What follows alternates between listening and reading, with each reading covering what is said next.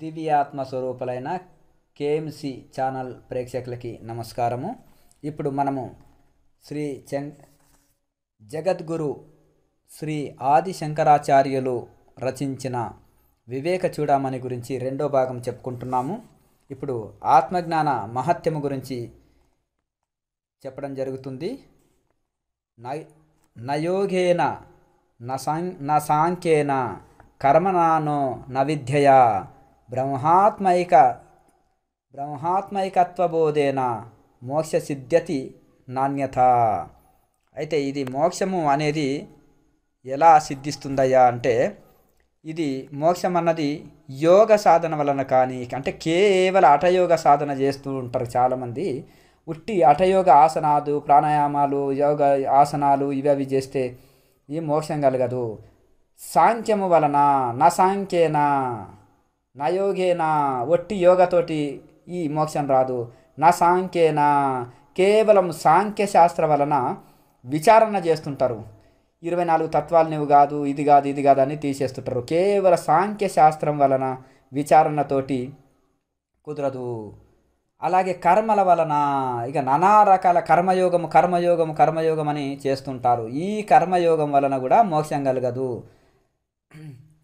నా విద్యయా, చాలామంది ఇంకా వేదాంతంలో పీజీలు పిహెచ్డీలు చదివేస్తుంటారు. ఇక బాగా చదువుతుంటారు విద్య వలన మోక్షం వస్తుందేమని. కానీ కేవలం ఆ వేదాంతంలో పీజీలు పిహెచ్డీలు చదివితే కూడా రాదంటున్నారు. అంటే కేవలం నా విద్యయా అంటే విద్యతోటి రాదు. మరి దేనితోటి వస్తుందయా మోక్షము? నువ్వు యోగతోటి రాదంటున్నావు, సాంఖ్యంతో రాదంటున్నారు. అలాగే కేవలం వేదాంత గ్రంథాలు విద్య వలన రాదంటున్నారు, సాంఖ్య విచారణ వలన రాదంటున్నారు, యోగంతో రాదంటున్నారు. మరి దేనితోటి వస్తుంది? బ్రహ్మాత్మైకత్వబోధేన మోక్ష సిద్ధ్యతి నాణ్యత. అంటే మరి ఎందుకు, దేనివలన అంటే ఈ మోక్షం అనేది ఈ బ్రహ్మాత్మైకత్వబోధేన అంటే బ్రహ్మనే నా ఆత్మస్వరూపము, నేను పరబ్రహ్మం కంటే వేరు కాదు అనేది అనుకుంటే సరిపోతుందా? అన్నం అంటే ఆకలి పోతుందా? ఔషధం అంటే రోగం పోతుందా? లేదు కదా. అయితే కేవలం నేను అహం బ్రహ్మస్మి అనుకుంటే మరి మోక్షం వస్తుందేమో అని ఇంకా కొంతమంది భ్రమపడతారు. అది కూడా కాదు. ఎందుకంటే కేవలము ఈ యొక్క అనుభవం అన్నమాట. ఒకటి ఏంటిదంటే ఈ బ్రహ్మనే నా ఆత్మస్వరూపము, ఈ బ్రహ్మనే నా ఆత్మస్వరూపం అనేది స్వయం అనుభవం కలగాలి సాధన వలన. అంటే మరి ఇంకా ఈ యోగ చేస్తే మరి మోక్షం కలగకపోతే మరి యోగ సాధన ఎందుకండి? ఈ సాంఖ్య శాస్త్రం ఎందుకు చదవాలి? ఇది కాదు అని విచారణ ఎందుకు చేయాలి? మరి దీంతో మోక్షం రాకపోతే అని కన్ఫ్యూజ్ కానక్కర్లేదు. ఇక కర్మయోగం ఎందుకు చేయాలి? దీంతో మోక్షం రాకపోతే మరి వేదాంతంలో పీజీలు పిహెచ్డీలు ఎందుకు చదవాలి? ఇంకా దీంతో మోక్షం రాకపోతే అని కన్ఫ్యూజ్ కానక్కర్లేదు. ఇదే శాస్త్రంలో. అందుకని సొంతంగా శాస్త్రం చదివితే కన్ఫ్యూజ్ అవుతారు. ఆత్మజ్ఞానులే దీనికి వివరణ చెప్తారు. ఈ ఉపనిషత్తులు కొద్దిపాటి భేదం ఉన్నా కానీ ఈ అన్ని సమన్వయం చేసుకోవడమే ఇందులో చాలా గొప్ప విషయం. కేవలం పుస్తకాలు చదివిన వాళ్ళకి ఏంటంటే దీంట్లో కన్ఫ్యూజ్ అవుతుంటారు. ఇవి సమన్వయం చేసుకోవాలి గ్రంథాలు. అంటే ఇవి వన్ పార్ట్ మాత్రమే. ఇప్పుడు యోగము ఎందుకు? మనోలయం కోసము. సాంఖ్య విచారణ కోసం ఏంటంటే వైరాగ్యం రావటం కోసము సాంఖ్యం కానీ, అలాగే ఈ యొక్క వేదాంత విచారణ కానీ మనసు బహిర్ముఖం కాకుండా అంటే సాంఖ్యం వలన సాంఖ్య విచారణతోటి వైరాగ్యం వస్తుంది. వేదాంత విచారణతోటి ఆత్మేది అనాత్మేది అనేది తెలుసుకోగలుగుతాం. కనుక కర్మ వలన మనము అంటే ఈ యొక్క సాధన వలనే మనం ఏదైనా సాధించగలుగుతాము. కానీ ఇది కేవలం ఒక్కొక్క పార్ట్ చేస్తే వచ్చేది కాదు. ఇవన్నీ కలవాలన్నమాట అక్కడ. కనుక ఇక ఇవన్నీ కలిస్తేనే మనకు ఇది కలుగుతాయి. కేవలం ఇవన్నీ కలవాలి. ప్లస్ ఈ సాధన వలన విచారణతోటి, యోగం చేత, విచారణ వలన, తపస్సు వలన విచారణ చేసి ఈ శరీరం నేను కాదు, ఇంద్రియాలు నేను కాదు, నేను ఆత్మస్వరూపమే అని స్వయం అనుభవం కలగాలి సాధన వలన. థియరీ ప్రాక్టికల్ రెండు ఉండాలన్నమాట. కనుక దీనితోటి కేవలము ఈ యొక్క ఆత్మ విచారణతోటి అంటే ఈ యొక్క ఆత్మానుభూతి వలనే. ఆత్మానుభూతి ఎట్లా కలుగుతుంది? అన్నమన్నం అంటే ఆకలి పోతుందా? వెన్న వెన్న అంటే ఆ పాలలో ఉండే వెన్న బయటకు వస్తుందా? దాన్ని తోడేసి చిలకాలి కదా. అట్లాగే ఈ యొక్క స్వయం అనుభవము పొందితేనే, సాధన వలన స్వయం అనుభవం పొందితేనే ఈ యొక్క నేను పరబ్రహ్మ స్వరూపాన్ని అయి ఉన్నాను, నేను శరీరంను కాదు అనేది స్వయం అనుభవం పొందితేనే దీంతోటే మోక్షం అంటున్నారు. ఇంకొకటి వీణయ రూప సౌందర్యం తంత్రివాదన సౌష్ఠవం ప్రజారంజక మాత్రం. అయితే ఇక్కడ చూడు, వీణ చూడడానికి చాలా అందంగా కనిపిస్తుంది, కానీ దాన్ని వీణని మీటడం నేర్చుకుంటే, దాన్ని వాయించడం నేర్చుకుంటే లాభం ఏంటయ్యా అంటే, వీణని వాయించడం నేర్చుకుంటే ఏమవుతుందంటే దానికి ప్రజారంజకం, ప్రజలని రంజింపజేస్తాము, ఆనంద పెడతాము మంచి సంగీతం వాయించడం వలన. అంతేకాని దీంతో ఈ నైపుణ్యంతో మరి మనకైతే మోక్షం ఏమన్నా వస్తుందా? సామ్రాజ్యం ఏమైతే రాదు కదా, పెద్ద రాజ్యం అయితే రాదు కదా. అయితే ఇతరులు వీణని అందంగా ఉంటుంది, దాన్ని మీటడం నేర్చుకుంటే ఇతరులని ఆనంద పెడతాం అంతవరకే, కానీ దాంతో పెద్ద సామ్రాజ్యం అయితే వచ్చేదేం కాదు. అట్లాగే పండితులు వాక్ చాతుర్యం చేత ధారావాహికంగా బ్రహ్మాండమైన ప్రవచనాలు చెప్తారు. అయితే దీనితోటి వారికి లాభం ఏంటయ్యా అంటే, బంగారు కడియాలు చేతులకు తొడగొచ్చు, పట్టు వస్త్రాలతోటి సన్మానాలు చేయొచ్చు, నువ్వు వీరుడివి, శూరుడివి, గనుడివి, నీ అంత పండితులు ఎవరు లేరని చక్కగా సన్మానాలు చేయొచ్చు. వారికి ఇంకా ఏదైనా దక్షిణ తాంబూలాలు ఇవ్వచ్చు, అలాగే ఇంకేమన్నా ఇవి లభించవచ్చు తప్ప. ఇక ఇవన్నీ దీంతో ఏంటిది, ఆనాడు శ్రీనాథుడిని నువ్వు వీరుడివి, శూరుడివి అని అది రత్నాలు బంగారం అంతా ఇవ్వడం వలన అతను భోగాల్లో చెడిపోయాడు.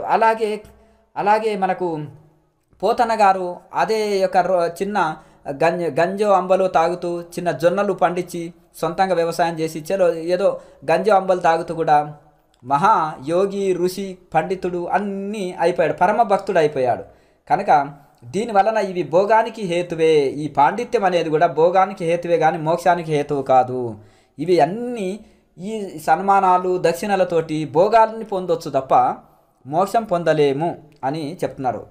మరి అవిజ్ఞాతే పరేతత్వే శాస్త్రాదీతిస్తూ నిష్ఫల. మరి పరతత్వము అంటే ఆ మోక్ష స్థితిని అందుకోవాలంటే అయితే ఈ శాస్త్రాలు చదవడం కూడా నిరర్థకమే అగును కదా. మరి శాస్త్రాలు కూడా ఇంకా నిరర్థకమే కదా. మళ్ళీ ఇవి అన్నీ ఎందుకు ఈ యొక్క స్వాధ్యాయం అని చెప్పారు అంటే, తెలిసిన దశ ఎందు నిరర్థకమే. అంటే మనకు ఆత్మానుభూతి పొందిన తర్వాత ఈ శాస్త్రాలు మనం ఆత్మానుభూతి పొందకముందు కొంత ఉపయోగపడతాయి. ఏది ఆత్మ ఏది అనాత్మ, కొంత పరమాత్మ గురించి అవగాహన కలిగిస్తాయి. ఏది చేయాలి ఏది చేయొద్దు అనేది కొంత అవగాహన కలిగిస్తుంది. అలాగే పరమాత్మ గురించి కొంత వర్ణించి కొంత అవగాహన కలిగిస్తుంది. అయితే మనం ఈ ఆత్మని తెలుసుకోకుండా కేవలం శాస్త్రాలు చదివితే ఇక దాంతో ఏమి పెద్దగా లాభం ఏం లేదు. గాడిద ఏం చేస్తుంది, గంధపు చెక్కలని బాగా మోస్తుంటుంది, దానికి బరువే. గంధం మనమే పూసుకుంటాం మనుషులమే. కనుక మనకు ఆ శాస్త్రము నిరర్థకమే, భారమే. ఆత్మని ఎన్నో శాస్త్రాలు, వేదాంత శాస్త్రాలు చదివి ఆత్మని అనుభూతి పొందకపోతే దాని వలన ఏమి లాభం లేదు, నిరర్థకమే అంటున్నారు. అలాగే ఆత్మానుభూతి పొందిన తర్వాత కూడా ఈ శాస్త్రాలతోటి ఇంకా మనకేం ప్రయోజనం లేదు, ఆల్రెడీ సాధించినాం కనుక. అంటే ఆత్మని అనుభూతి పొందకముందు శాస్త్రంతో మనకేం ఉపయోగం లభిస్తలేదు. ఆత్మని అనుభూతి పొందిన తర్వాత కూడా ఇక ఈ శాస్త్రం మనకేమీ ఉపయోగం కాదు. మరి ఎప్పుడయ్యా అంటే ఆత్మని సాధన చేసి మనము అనుభూతి పొందడానికి ముందు కొద్దిగా ఉపయోగపడుతుంటుంది, అక్కడనే ఆగితే ఇంకా లాభం లేదు. కనుక అయితే శబ్దజాల మహారణ్యం చిత్తభ్రమణ కారణం. అయితే ఈ యొక్క ఇది ఏవైతే ఉందో మనకు శాస్త్రాలు అనేది ఏంటిదంటే, అడవిలో మనం తెలియకుండా అడవిలో పోతాం. అడవిలో పోతే మనకేమీ తెలియదు, దిక్కు తెలియదు, దారి తెలియదు. ఒక దగ్గర 3 దారులు వస్తాయి, ఒకటి చెంచోలు పోయేది, కొన్ని జంతువులు పోయేది, కొన్ని అసలైన దారి, ఇట్లా మళ్ళీ 2-3 చివరస్తలాక 2-3 దారులు పోతుంటాయి. అక్కడ ఏ దారిలో పోవాలనేది మనం కన్ఫ్యూజ్ అయిపోతాం. అట్లాగే ఎవరు ఏమి తెలియని వాళ్ళు అడవిలో పోతే ఎంత కన్ఫ్యూజ్ అవుతారో, ఇది గురుముఖంగా కాకుండా స్వయంగా శాస్త్రాలు చదివితే కూడా అంత కన్ఫ్యూజ్ అవుతారు. అయితే నీకు యోగం వద్దు, శాస్త్రం వద్దు, వేదాంతం వద్దు, సాంఖ్యం వద్దు, దీంతో మోక్షం కలగదు అని చెప్పిండ్రు. నీకు కర్మ చేస్తే కూడా మోక్షం లేదని వరకు వాడు ఏం చేయాలనో అనేది తోసదు. ఇదొద్దు అదొద్దు అనే వరకు. అదే ఆత్మజ్ఞానులు అయితే సమన్వయం చేసుకుంటారు. ఓహో, కేవలం వీటితోటే మోక్షం రాదు, సాధన కూడా ఉండాలి అనేది మనం కలుపుకుంటాం అక్కడ. ఇక్కడ అంత వివరణ ఇయ్యరు పుస్తకంలో, దీంతో కన్ఫ్యూజ్ అయిపోతాడు అట్లా కనుక. అలాగే ఇంకొకటి, మనము దారి తెలియని వాళ్ళు అడవిలో పోతే ఎట్లా ఉంటుందో, ఈ ఈ శాస్త్రాలని కూడా కేవలం శాస్త్రాలు చదువుతూ ఉంటే మనకు కన్ఫ్యూజు చేసేటివే శాస్త్రాలు, కానీ సందేహాలు పెంచేదే కానీ సందేహాలు తుంచదు. అలా గురుముఖంగా శాస్త్రం అధ్యయనం చేస్తే సందేహాలు వెంటనే తొలగిపోతాయి. సొంతంగా శాస్త్రం చేస్తే ఇది ఎందుకు ఇట్లా చెప్పింది, ఆ శాస్త్రం ఎందుకు ఇట్లా చెప్పింది, ఇది ఎందుకు ఇట్లా చెప్పింది, అది ఎందుకు ఇట్లా చెప్పింది అని సమన్వయం చేసుకోనికి చేత కాదు కనుక కొత్త వాళ్ళకి. దాంతో ఇంకా ప్రశ్నలు ఇంకా లేవనెత్తుతాయి, ఇంకా ప్రశ్నలు పెరుగుతూనే పోతాయి. కనుక దీంట్లో మనం కన్ఫ్యూజ్ అయిపోయి దారి తెలియని వాడు అడవిలో అలాగే అడవిలోనే జీవితాంతం తిరుగుతూ ఉంటాడు. అలాగే ఈ యొక్క కేవలం శాస్త్రాలు చదువుకునే వాడికి ఇక సందేహాలు పెంచుతాయి కానీ సందేహాలు తొలగవు. మరి అయితే ఆత్మవేత్తలైన మహాపురుషులు వలన ప్రయత్నపూర్వకంగా ఆత్మతత్వం ఎరగవలెను అంటే ఆత్మజ్ఞానం తెలిసిన మహానుభావుల దగ్గర దీన్ని తెలుసుకోవాలి, వినాలి, తెలుసుకోవాలి, సందేహాలు తొలగించుకోవాలి, మళ్ళీ తిరిగి సాధన చేసి స్వయం అనుభవం పొందాలి అని చెప్తున్నారు. అయితే అజ్ఞాన సర్పదష్టస్య బ్రహ్మజ్ఞాన నౌషధం వినా. అయితే మనకు అజ్ఞానం అనే పాము గరిసింది, మరి బ్రహ్మజ్ఞానం అనే ఔషధం తినాలి. తిన్నప్పుడే ఆ బాధ పోతుంది.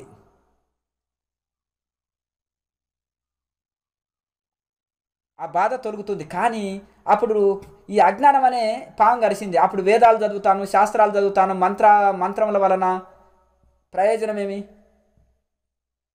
ఔషధములతోటి ప్రయోజనం ఏంటిది?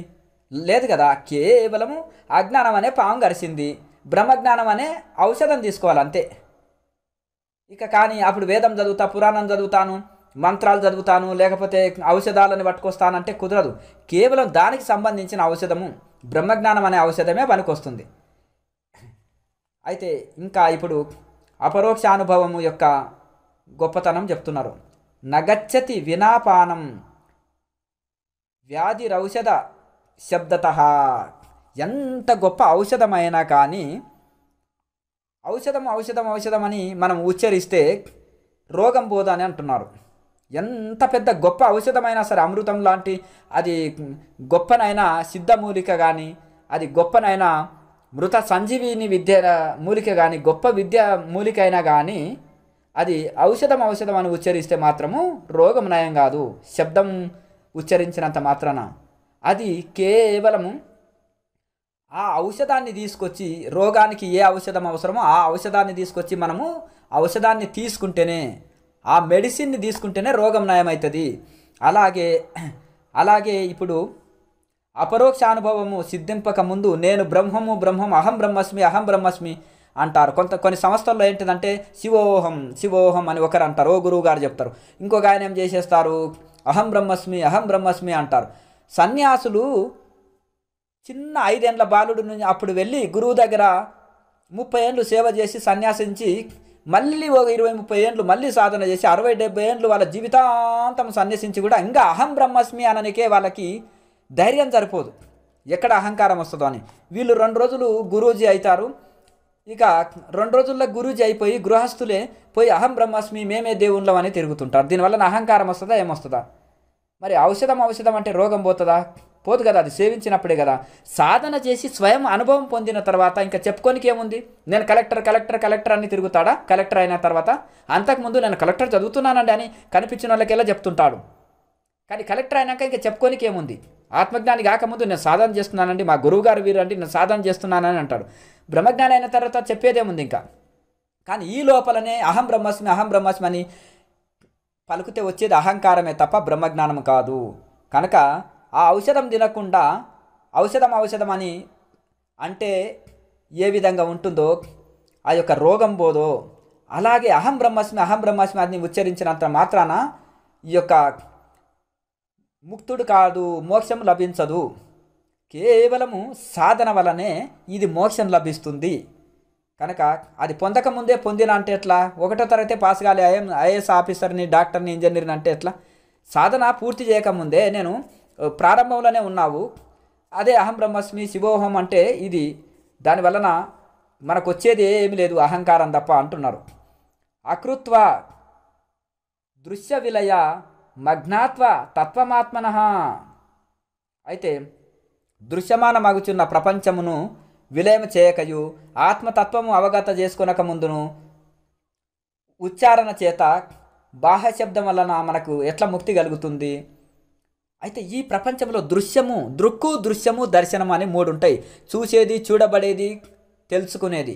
ఇవన్నిటిని లయం చేయకముందు, అలాగే కోరికలు, ఆశలు, అరిషడ్ వర్గాలు ఇవన్నీ లయం చేయకముందు, మాయని లయం చేయకముందు, మూడు గుణాలని లయం చేయకముందు ఊరికే అహం బ్రహ్మస్మి అంటే లాభం ఏముంది? నీ మాయని జయించిది కదా. ఈ మాయని అంతా జయించేసి, అలాగే అరిషడ్ వర్గాలను అన్ని తొలగించేసి, అలాగే ఈ దృశ్య ప్రపంచం కనిపించేదంతా బ్రహ్మాకారంగా మారిపోవాలి. కళ్ళు మూసినా తెరిసినా ధ్యానంలో ఏ స్థితి అనుభవిస్తున్నావు, బయటకు వచ్చినప్పుడు కూడా అదే పరబ్రహ్మాకారంగా ఉండాలి. ఎవరన్నా దూషించినా స్పందించొద్దు, ఎవరన్నా పొగిడినా స్పందించొద్దు. ఆ అతీత స్థితికి వెళ్ళినప్పుడు కదా అప్పుడు అహం బ్రహ్మస్మి అనే స్థితిలో నిలుస్తావు అని బయటికి చెప్పరు. మళ్ళీ అది అవధూత ఆ స్థితిలో అహం బ్రహ్మస్మి అనే స్థితిలో ఉంటాడు, కానీ నేను బ్రహ్మను అని చెప్పడు. అది ఆ దృశ్యమాన ప్రపంచాన్ని అంతా లయం చేయకముందే ఇక అహం బ్రహ్మస్మి అంటే దానివలన ఎవరికి ఒరిగిందేముంది, దానివలన మోక్షం కలుగుతుందా అని శంకరాచార్యుల వారు వివేక చూడమణిలో అద్భుతంగా చెప్తున్నారు. అహంకృత్వ శత్రు సంహార మగత్వ అఖిల భూశ్రియం. అయితే ఇక్కడ ఏమంటున్నారంటే సమస్త శత్రువులని మనం సంహరించకముందే, జయించకముందే ఈ భూమండలానికి, ఈ భూమండలం అంతా ఆయన ఐశ్వర్యం పొందలేం కదా, ఈ భూమండలానికి రాజు కాలేం కదా. ఇప్పుడు మహా సైన్యం ఉంది, వేల సైన్యం ఉన్నారు, లక్షల సైన్యం ఉంది. కత్తిబట్టి లక్షల సైన్యాన్ని జయించకముందు నేను రాజుని, నేను అహం రాజహ అంటే లాభం, నేను రాజుని అంటే ఎవరన్నా ఒప్పుకుంటారా? లేదు కదా. అలాగే పలికినంత మాత్రాన లాభం ఏంది? వీడికి ఎవడో పిచ్చోడేమో మెంటల్ హాస్పిటల్లో జాయిన్ చేయండి అంటారు. సైన్యం అంతా లక్షల మంది సైన్యం ఉంది, వాళ్ళని జయించకుండా నేను రాజుని అన్నారు అనుకోండి, ఇక పిచ్చోడు మెంటల్ హాస్పిటల్ జాయిన్ చేయండి అంటారు. అలాగే ఆ సమస్త లక్ష సైన్యాన్ని జయించి ఆ కోటలో ఇంకో 10 మంది శత్రువులు ఉన్నా వాళ్ళని జయించకపోయినా నీకు ఎప్పుడు మనశ్శాంతి లేదు. ఆ కోట కూడా నీకు వశం కావాలంటే కోటలో బయట ఉన్న సైన్యాన్ని జయించాలి, కోట లోపల ఉండే సైన్యాన్ని కూడా జయించాలి. ఒక్క శత్రువు కూడా లేకుండా చేసినప్పుడు అప్పుడు నీవు ఆ కోటకు చక్రవర్తివి. ఈ శరీరం అనే కోటలో బయటి ఇంద్రియాలు, లోపలి ఇంద్రియాలని అన్నిటిని జయించినప్పుడు ఏకఛత్రాధిపై ఆత్మ సామ్రాజ్యంలో నువ్వు ఏకఛత్రాధిపతివై ఆత్మ సామ్రాజ్యంలో రారాజువై ఉంటావు. ఈ లోపల ఇంద్రియాలని లోపలివి బయటివి జయించకుండానే నేను అహం బ్రహ్మస్మి అంటే దీనివలన లాభం ఏముంది? కనుక ఎవరికి లాభం లేదు. నేను రాజును అంటే నువ్వు రాజు కాలేవు, సైన్యాన్ని జయించినప్పుడే నువ్వు రాజువి. కోటలో శత్రువుల్ని, కోట బయటి శత్రువుల్ని జయించినప్పుడే కోట వశమవుతుంది, నువ్వు రారాజు అవుతావు. అలాగే నువ్వు సమస్త ఇంద్రియాలని జయించినప్పుడు, ఈ ప్రకృతిని లయం చేసినప్పుడు అప్పుడు కదా నువ్వు ఆత్మ సామ్రాజ్యంలో రారాజు అయి ఉంటావు. ఈ లోపల అహం బ్రహ్మస్మి అంటే నీకు ఒరిగేదేం లేదు అని శంకరాచార్యుల వారు చక్కగా చెప్తున్నారు. ఆత్మజ్ఞానుల దగ్గర చేస్తే ఇదే అనమాట. నువ్వు బ్రహ్మ అయ్యే ఉన్నావు, కానీ అనుభూతి పొందకముందే నువ్వు చదివితే కలెక్టర్ అవుతావు, చదవకముందే కలెక్టర్ అంటే ఇది అహంకారపూరితమే కదా. కనుక అది పొందకముందే పొందినన్నట్టుగా ఉంటే అది చాలా తప్పు, పాపం కిందికి వస్తుంది, అది అహంకారం కిందికి వస్తుంది. ఆప్తోక్తిం ఖననం తతోపరి శిలాదురిత్కరం స్వీకృతిం. అయితే ఇప్పుడు భూమిలో అయితే ఏదంటే నిక్షేప సమపేక్షతే నహి. అయితే ఇప్పుడు నిక్షేపం అంటే ధనం అన్నమాట. ఆ ధనం ఏంటి, ఎక్కడ ఉంది? భూమి లోపల మహా గొప్ప గొప్ప బంగారు నాణ్యాలు, అలాగే గొప్ప గొప్ప రత్నాలు, అవన్నీ భూమిలో గొప్ప ధనం ఉంది. నీవు పారబెట్టి తోమి ఆ రాళ్ళని మట్టిని తొలగించి చెమటోడ్చి బాగా ఇచ్చేసేసి ఆ ధనాన్ని బయటికి తీసుకుంటే కదా అప్పుడు నువ్వు కోటీశ్వరుడు అయ్యేవాడివి. ఊరికే ధనం అంటే ఉచ్చరిస్తే ఏమి తవ్వకుండా ఏం పని చేయకుంటే నీకు ఆ ధనం వశమవుతుందా? అలాగే ఈ శరీరంలో కూడా ఆత్మధనం అనేది ఉంది. దాన్ని యమనియమాలు పాటించి ప్రాణాయామ అభ్యాసం చేసి విచారణ అభ్యాసం చేసి ధ్యాన అభ్యాసం చేసి నిరంతరం పరిశ్రమ చేస్తేనే ఈ యొక్క ఆత్మధనం పొందుతావు కదా నీవు అని ఎంత చక్కగా చెప్తున్నారో చూడండి. ఏమి చేయకుండా ఇక భూమి లోపల ధనం ఉంది, నేను కోటీశ్వరుని అంటే, భూమి లోపల నీళ్లు ఉన్నాయి అంటే బోర్ వేసి నీళ్లు తెచ్చుకుంటేనే స్నానం చేస్తాము, తాగుతాము, వ్యవసాయం చేస్తాము, ఉపయోగపడుతుంది. వెన్న లోపల పాలలో వెన్న ఉందంటే దాన్ని పెరుగు చేసి తోడు వేసి దాన్ని పెరుగు చేసి చిలికి వెన్న తీస్తేనే కదా వెన్న వచ్చేది. వెన్న ఉందంటే ఇంట్లో కూడా శరీరంలో కూడా ఆత్మ ఉంది, అహం బ్రహ్మస్మి అంటే కుదరదు కదా. అందులో ఉండే ఆత్మతత్వాన్ని సాధన వలన అనుభూతి చేసుకోవాలి. అది చేసుకోకముందు ఇట్టిది పలకరాదు అని శంకరాచార్యుల వారు చక్కగా చెప్తున్నారు. తస్మాత్ పర ప్రత్యేన భవబంధ విముక్తయే.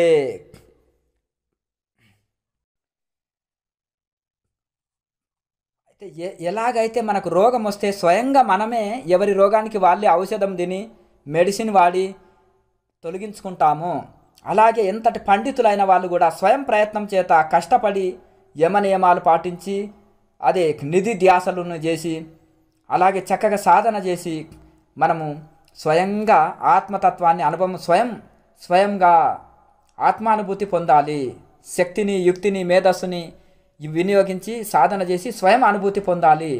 కానీ కేవలము ఔషధము అట్లాగే ఎవరంతటా వాళ్ళు పొందాలి. ఎవరంతటా వాళ్ళు ఎవరి భావబంధముని తొలగించుకోవాలి. ఎవరంతటా వాళ్ళు ఆ యొక్క మనము రోగాలని ఎట్లా మనము ఔషధం తిని ఎవరంతటా వాళ్ళు తగ్గించుకుంటామో అలాగే ఎవరంతటా వాళ్ళు సాధన చేసి ఆత్మానుభూతి పొందాలని శంకరాచార్యుల వారు చక్కగా చెప్తున్నారు. అది ఎట్లా గురువు చెప్పినట్టుగా వాళ్ళు చెప్పిన ఆ ప్రక్రియల్ని ఆ సాధనల్ని అలాగే ఆ ఉపదేశము గురువు చేసిన ఉపదేశ ప్రకారము ఆ సాధనల ప్రకారము అష్టాంగ యోగ ప్రకారము నిధి ధ్యాస ప్రకారము అలాగే అవన్నీ ఇది చేసేసి మనము అప్పుడు అనుభూతి పొందాలి. ఈ యొక్క ప్రశ్న యొక్క విచారము చెప్తున్నారు. యస్వయాధ్య కృతం ప్రశ్నో వరీయాన్ శాస్త్ర విన్మతః.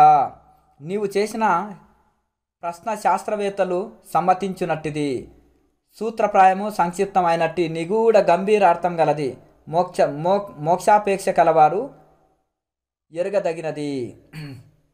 అయితే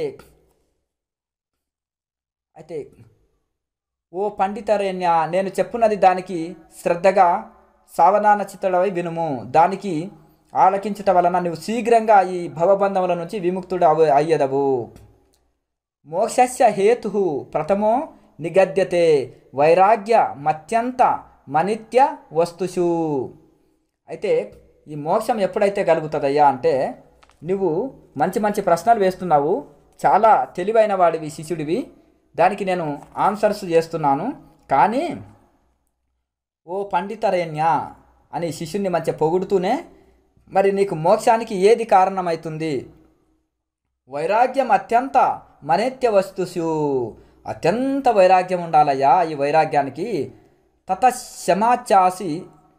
తతశమాచాపి దమస్తి తీక్ష. అయితే ఇవన్నీ తితీక్ష ఉండాలి, నీకు వైరాగ్యం ఉండాలి, అలాగే శ్రద్ధ ఉండాలి. వీటి గురించి చెప్తున్నారనమాట.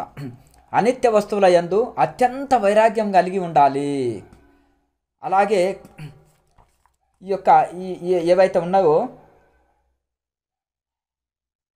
అలాగే ఈ యొక్క అనిత్యం అంటే ఈ నశ్వరమైనవి ఈ ప్రపంచంలో ఉండే ఈ భోగాల మీద కానీ ఈ ప్రపంచమైన విషయాల మీద కానీ నీకు పూర్తి వైరాగ్యం కావాలి.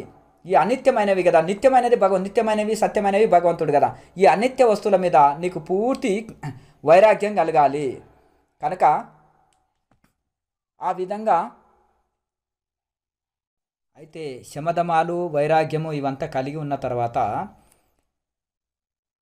ఏం చేస్తుందంటే శృతి ఏం చెప్తుంది? తథాశ్రుతి స్తన్మననం సతత్వ. మననం శ్రవణ మనన నిధి ధ్యాసలు ఉండాలంటున్నాడు. శ్రవణం అంటే వేదాంత శాస్త్రాన్ని చక్కగా శ్రవణం చేయాలి గురువుల దగ్గర, దాన్ని మననము చేయాలి. నిధి ధ్యాసనలు అంటే దాన్ని యోగాభ్యాసము విచారణ ధ్యానము ద్వారా నిధి ధ్యాసనలో పెట్టాలన్నమాట. ధ్యానం చిరం నిత్య నిరంతరం మునే. చక్కగా మౌనం పట్టుకొని నిరంతరం నిత్యం ధ్యానం నిరంతరం చేయాలంటున్నాడు. తతో తతో వికల్పం పరమేత్య విద్వాన్ ఇహైవ నిర్వాణ సుఖం సమృచ్యతి. అయితే అప్పుడు నిరంతరము మౌనం పట్టి ధ్యానం చిరం నిత్య నిరంతరం మునే. ఆ ముని అంటే మౌనంలో నిరంతరం మననం చేసేవాడు ముని.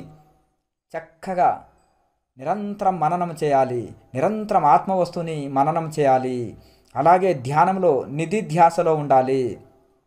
అలాగే శ్రవణ మనన నిధిధ్యాసలు, శ్రవణం చక్కగా గురువు దగ్గర వేదాంత వాక్యాలని శ్రవణం చేసి మననం దాన్ని నిరంతరం చేసి ఆత్మవస్తువుని నిరంతరం మననం చేసి నిధిధ్యాసలో ఉంచాలి దాన్ని.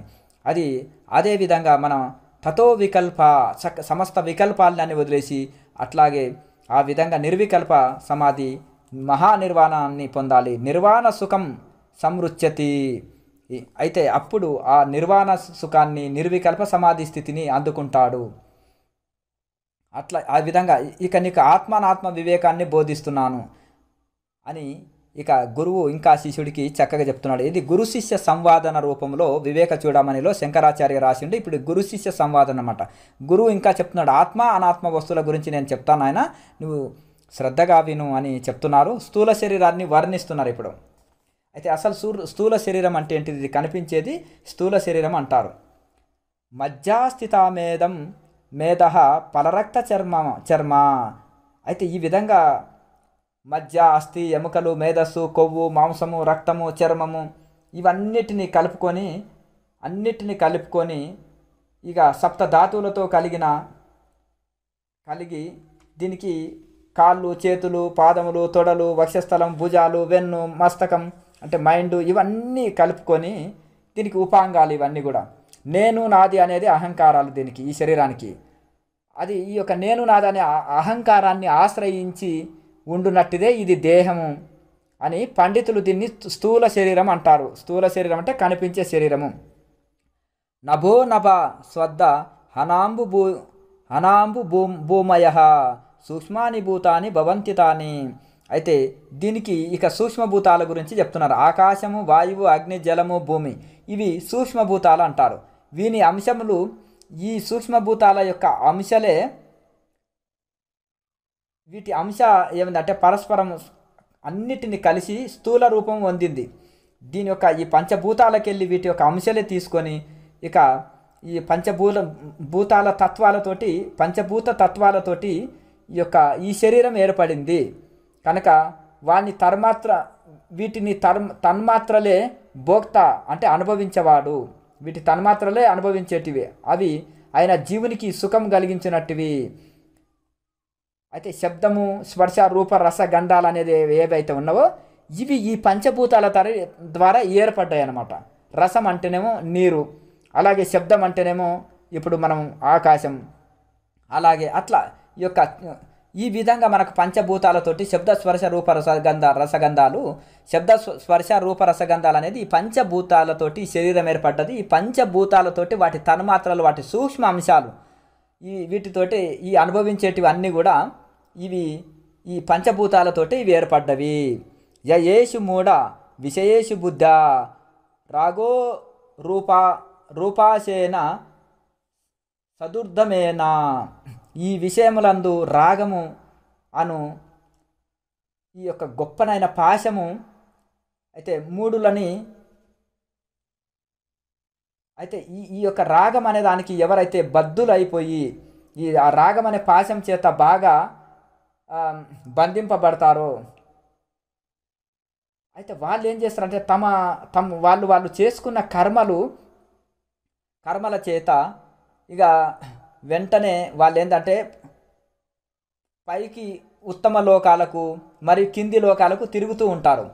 ఎప్పుడు ఈ మనిషి బద్ధుడు అయిపోతున్నాడు, బంధంలో పడిపోతున్నాడంటే ఈ రాగము చేత, మోహము చేత మనిషి ఇక ఈ యొక్క పెద్ద కర్మ అనే తాడు చేత కట్టబడి వాడి పై లోకాలకు, కింది లోకాలకు, పుణ్యం చేత పై లోకాలకు, పాపం చేత కింది లోకాలకు ఇక తిరుగుతూ ఉంటున్నాడు ఆ జన్మచక్రంలో. అందుకనే ఈ రాగము నాది నేను అదే మోహము. అయితే ఇక నాది నేను అనేది మోహముని తీసేసుకుంటేనే ఇక మనిషికి ఇది ఇది ఉన్నంత కాలము బంధములో చిక్కి కింది లోకాలు పై లోకాలు తిరుగుతుంటాడు కర్మ చేత, కర్మానుసారంగా. వీటిని విషయ నింద అంటే ఈ విషయ నింద ఇక్కడ చెప్పబడుతుంది. శబ్దాదిభి పంచ బిరేవ పంచ పంచత్వమాపు స్వగుణేన బద్ధాః. ఇక చూడండి, కూరంగ మాతంగ పతంగమీన భృంగానరా పంచ బిరచ్చిత కిం. హరిణము శబ్దప్రీతి అంటే ఇప్పుడు ఇది జింక ఉంది, హరిణం అంటే జింక. ఆ హరిణం ఏం చేస్తుంది, జింక ఈ యొక్క ఫ్లూటు వాయిస్తే ఆ ఫ్లూట్ సౌండ్కి వెళ్ళినప్పుడు ఆ వేటగాడు వలపరిచి జింకని పట్టుకుంటాడు. అంటే అది చెవులకు బానిస అయిపోయింది. ఏనుగు ఉంటుంది, అడవి ఏనుగుని అయితే ఊర్లో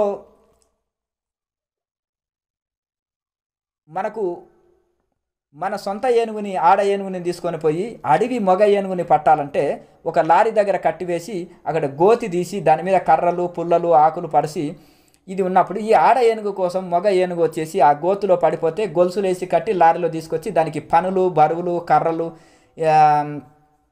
కర్రలు మొద్దులు అవన్నీ కర్రల్ని బరువులు ఎత్తడానికి పని చేయిస్తారు. దాన్ని అంకుశితంతో పొడిచి విద్య నేర్పిస్తారు. అడవి ఏనుగుని పట్టుకొని వస్తారు. అంతే ఈ స్పర్శ సుఖం కోసము ఏనుగుని పట్టుకుంటాము. పతంగము అంటే మిడత ఉంది, రూపము కోసము అగ్ని మండుతుంది. అగ్ని ఏదో చాలా అందంగా ఉంది అని దాన్ని చూతమని, ఆ రూపసుఖం కోసం మంచి అనుభవించదామని ఆ మంచి రూపము చూతమని పోయి ఆ అగ్నిలో పడి ఆ యొక్క పతంగము మిడత కూడా చనిపోతుంది. అది రూపసుఖం కోసం.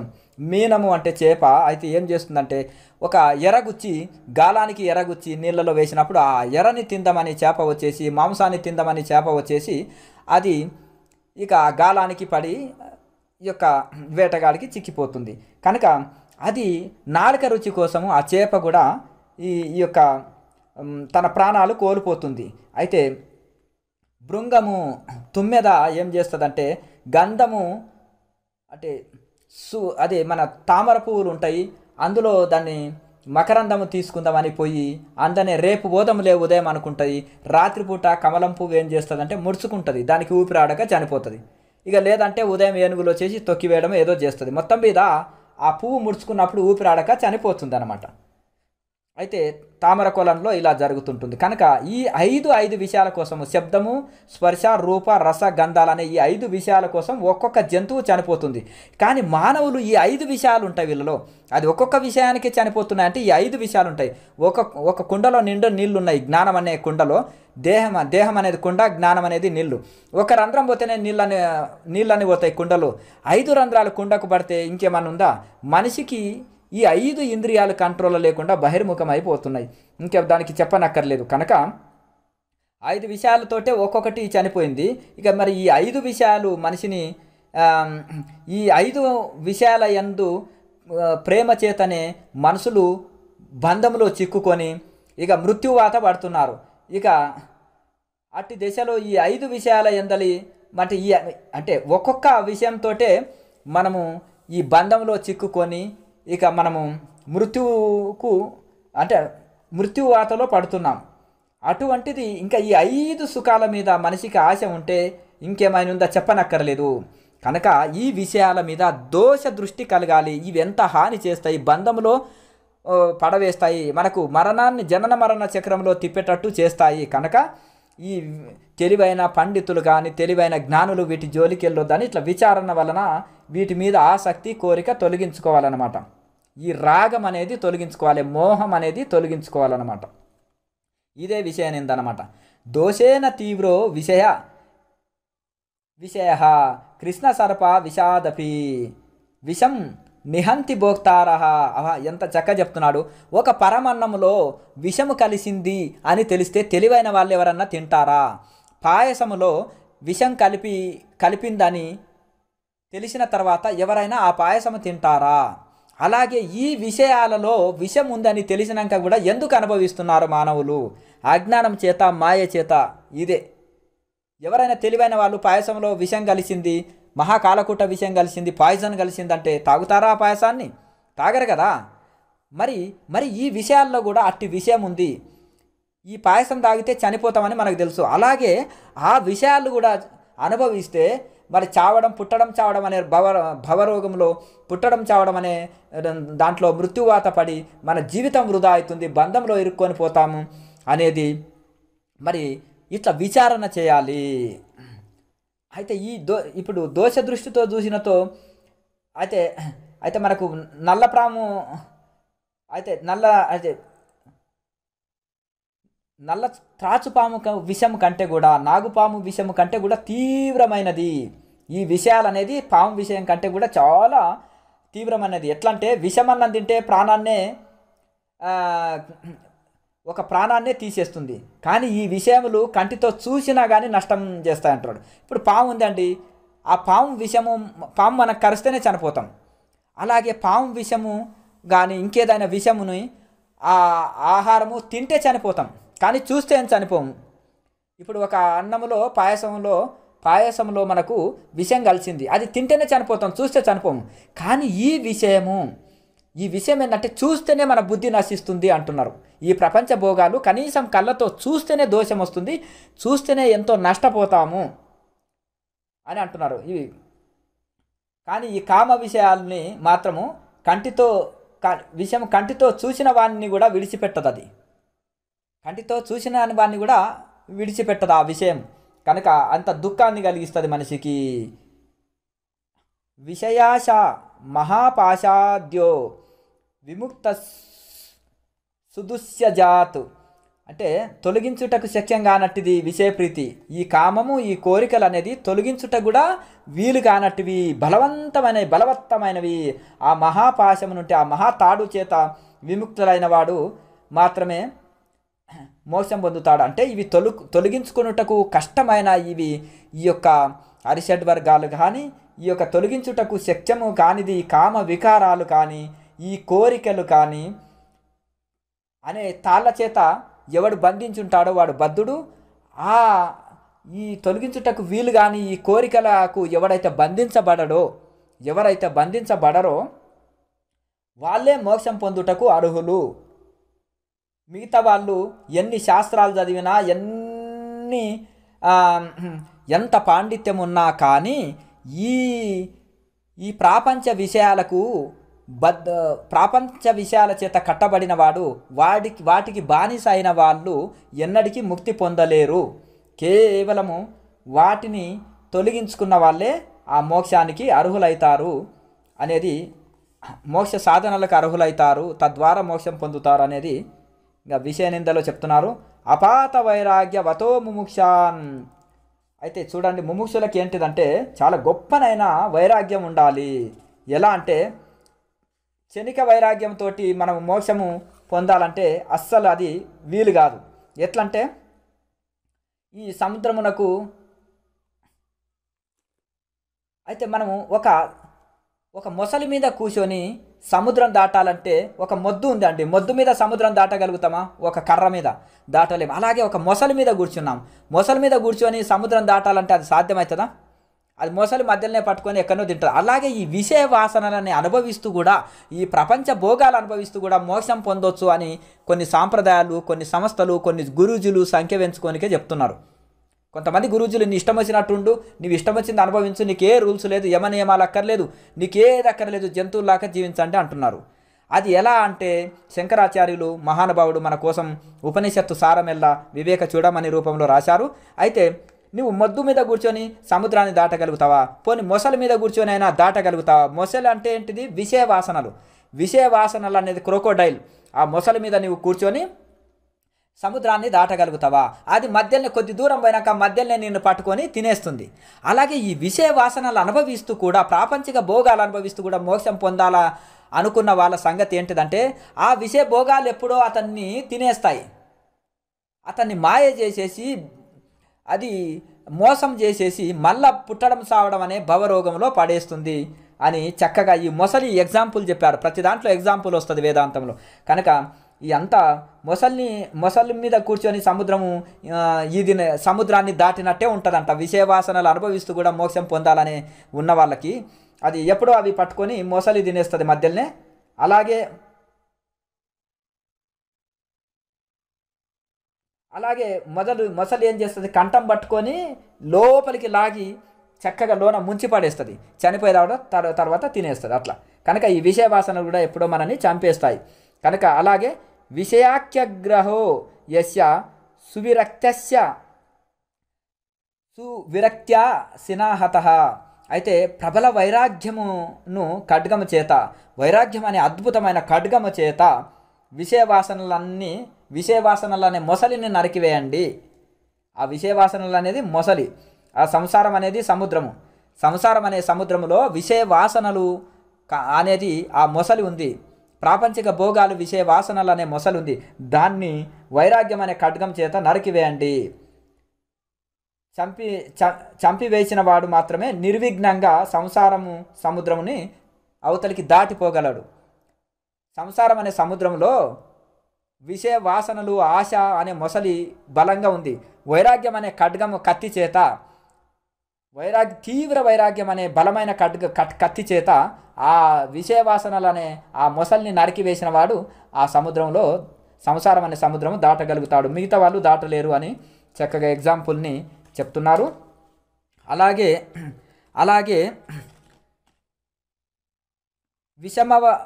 విషయ మార్గై గచ్చతో నచ్చబుద్ధే.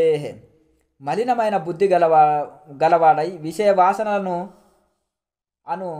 విషమ మార్గమునందు పయనించే వారికి, అయితే ఈ యొక్క మలిన బుద్ధి వాళ్ళకి, ఈ మలిన బుద్ధి చేత విషయ వాసనలను అనుభవించే వాళ్ళకి మృత్యువు వెంటనే ఉంటుంది. వాళ్ళ వెనకనే మృత్యువు ఉంటుంది అనేది మరవకండి. ఈ విషయ వాసనలకు బద్దులైపోయి అందులో విషయ వాసనలో బంధించబడిన వాళ్ళకి మృత్యువు వెంటనే ఉందని మరవరాదు. అట్లే తన హితము కోరు వారి యొక్క లేక గురువు మన హితం కోరుతాడు, మేలు కోరుతాడు. నిజమైన ఆత్మజ్ఞాన గురువు రూల్స్ చెప్తాడు, కొన్ని ప్రిన్సిపుల్స్ ఉంటాయి ఆధ్యాత్మికంలో, యమ నియమాలు, అలాగే తీవ్ర వైరాగ్యము, తీవ్ర సాధన, ఇవన్నీ బోధిస్తాడు. ఆయన మనకు శ్రేయస్సు కలిగించేవారు అట్టి గురువు. ఆ శ్రేయస్సు కలిగించే గురువు యొక్క ఉపదేశముని అనుసరించాలి. తన యుక్తిని, ఆయన ఎంతో శక్తి, యుక్తి, మేధస్సుతోటి గురువు ఎన్నో శాస్త్రాలను శోధించి తన స్వయం చేత, తపస్సు చేత అనుభూతి పొంది ఎలా తరించాడో అవన్నీ మనకు అనుభవపూర్వకంగా చెప్తారు. ఎవరు తపస్సు చేసిన వాళ్ళనే గురువుగా తీసుకోవాలి. శాస్త్రాన్ని చక్కగా అధ్యయనం చేయాలి, తపస్సు చేయాలి, మంచి తీవ్ర వైరాగ్యం ఉండాలి, చాలా అద్భుతమైన బ్రహ్మజ్ఞాని అయి ఉండాలి. ఏ గురువు విషయభోగాలని అనుభవించండి అని చెప్పేవారు వాళ్ళు గురువు పదానికి అర్హులు కారు, వాళ్ళు మోసపూరితమైన వాళ్ళు. అయితే కనుక ఉపదేశం అనుసరించి తన యుక్తిని అనుసరించి సాగిపోవాలి కానీ తప్ప అప్పుడే ఫలితం కనిపిస్తుంది. సత్యమని నమ్మి తలుపులో, అయితే ఆ గురువు చెప్పిందే సత్యము, ఆ గురువు మాటనే, శాస్త్రవాక్యము గురువాక్యమే నమ్మి ఆ మార్గంలోనే వెళ్ళాలి తప్ప సగం తెలిసిన వాళ్ళ మాట వినొద్దని, ఇక్కడ మిగతా వాళ్ళ మాట వినొద్దు అని ఇక్కడ శంకరాచార్యులు చెప్తున్నారు. మోక్షస్య కాంక్ష యదివై తవాస్తి. ఇంకా ఈ ఇంట్లో కూడా చక్కగా చెప్తున్నాడు, నీకు మోక్షం కావాలి, మోక్షకాంక్ష ఉన్నదా, నీకు మోక్షం కావాలి, ఈ జన్మల్ని తరించాలని ఉన్నదా, అట్లయితే ఈ విషయ వాసనలన్నీ విషంలాగా వదిలేసాయి. ఇప్పుడు విషం కలిపిన పాయసం ఉంది, అందులో విషం కలిసిందని తెలిసి నువ్వు తినవు కదా, అలాగే ఈ విషయ వాసనల్ని కూడా విషంలాగా వదిలేసాయి. పాముని జోబిలో పెట్టుకోనికి ఎవరైనా ఇష్టపడతారా? లేరు కదా. ఈ విషయ వాసనలు కూడా తేలు మీద పడే వరకే ఎంబడే దులుపుకుంటావు కదా, తేలు మీద పడితే అట్లా విషయ వాసనలు నీలోకి వచ్చినప్పుడు అలా దులుపుకో. తేలుని జోబులు వేసుకుంటారా? తేలుని ఎవరైనా జోబులు వేసుకుంటారా? లేదు కదా. తేలు మీద పడే వరకు దులుపుకుంటారా మీ అని. అలాగే నీవు కూడా ఆ విషయ వాసనలు అనే తేళ్ళని మీద వేసుకోకు, వెంటనే దులుపుకో, అవి కాటేస్తాయి. లేదంటే అలాగే విషం వలె హరించి అదే దులుపుకోవాలేమను అట్లే. అయితే ఎవరికైతే మోక్షం కావాలని ఉన్నదో అట్లయినా విషయములను విషం వలె వదిలేసేయాలి. సంతోషము, దయా, క్షమ, సహనము, సరళత్వము, శమ, ధమ మొదలైన శుభగుణాలని అమృతం వలె నిత్యము మనము సేవించాలి, ఆనందంతో స్వీకరించాలి. దీన్ని విషయవాసనల్ని తేలు దులుపుకున్నట్టు దులుపుకో అంటున్నారు.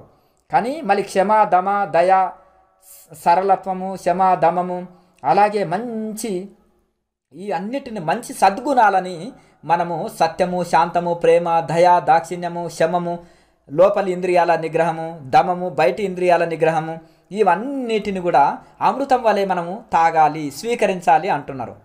విషయవాసనలనేమో తేల్లాక దులుపుకో అంటున్నారు, వీటినేమో అమృతంలాగా తీసుకో అంటున్నారు. మంచి ఎగ్జాంపుల్గా చెప్తున్నారు అన్నమాట.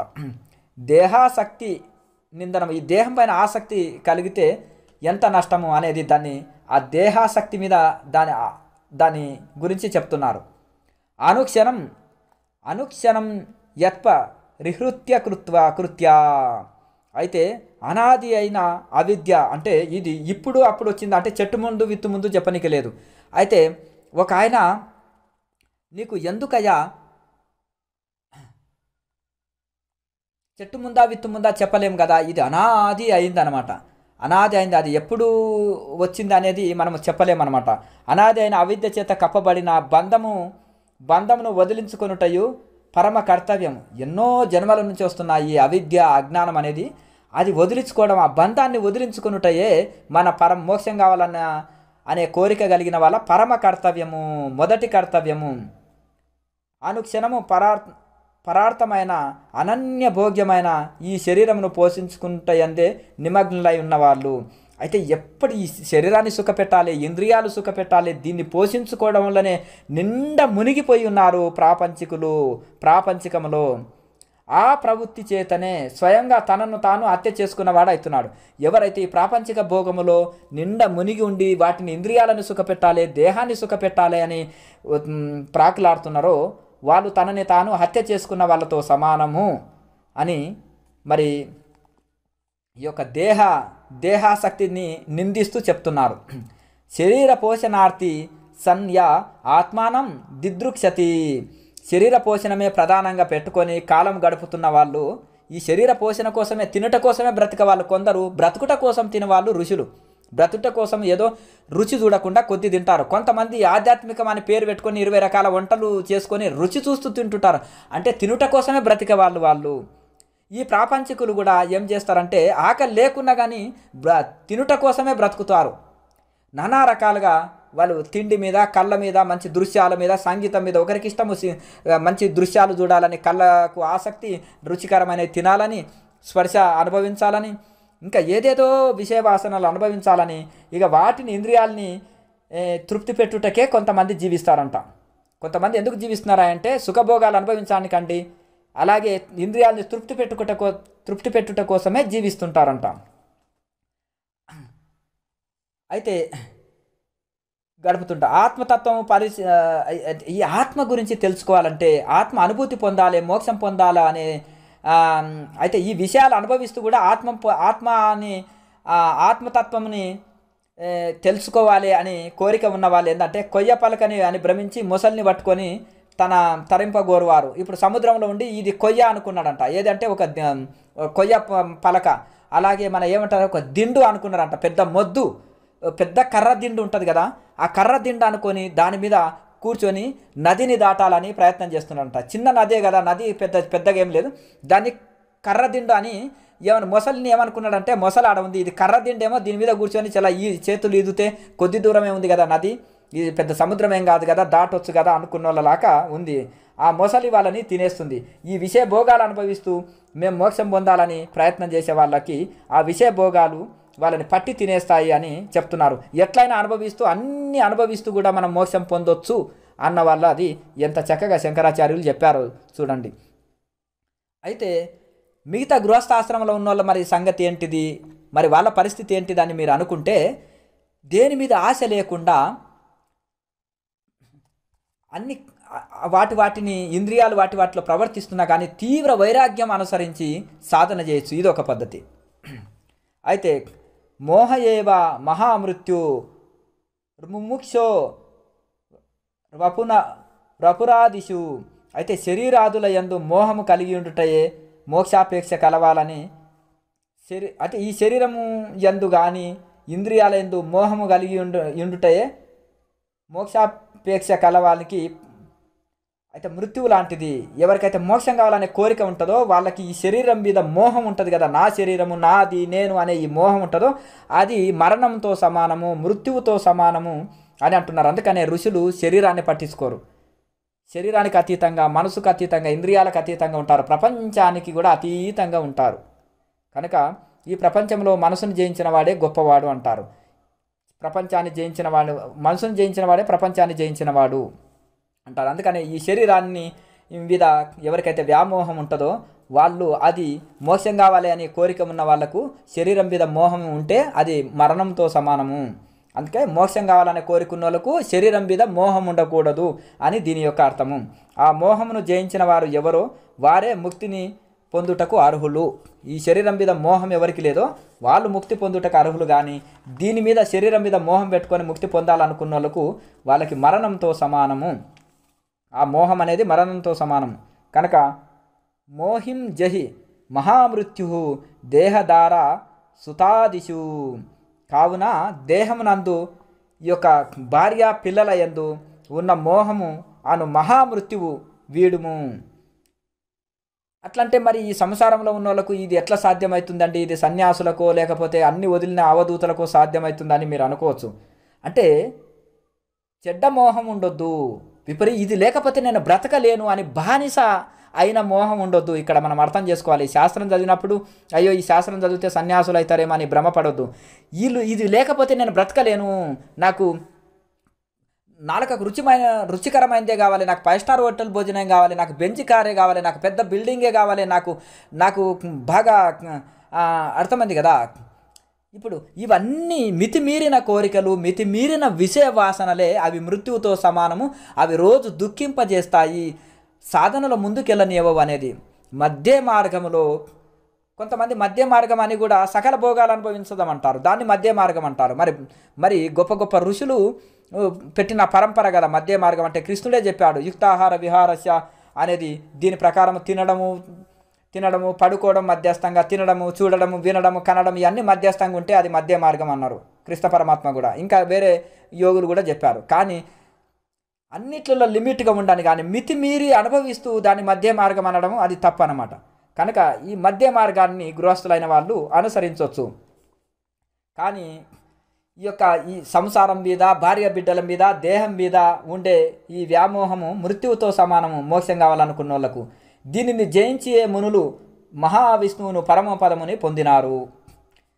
ఈ మోహముని జయించినప్పుడే మనము ఈ యొక్క పరమపదముని పొందుతాము. ఇక ఈ స్థూల శరీర విచారణ, ఈ శరీరంని విచారణ చేస్తున్నారు.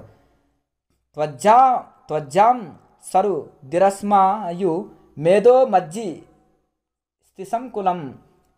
ఈ త్వక్కు, మాంసము, నెత్తురు, నాడులు, మేధస్సు, ఎముకలు, గుజ్జు, మజ్జ అంటే మైండ్, ఇవన్నీ కూడా ఈ ధాతులు, సప్త ధాతువులతోటి సముదాయంతో నిండి ఉండిన మలమూత్రభరితమైన ఉన్న ఈ శరీరము స్థూల శరీరము. ఇది నింద్యమైనది.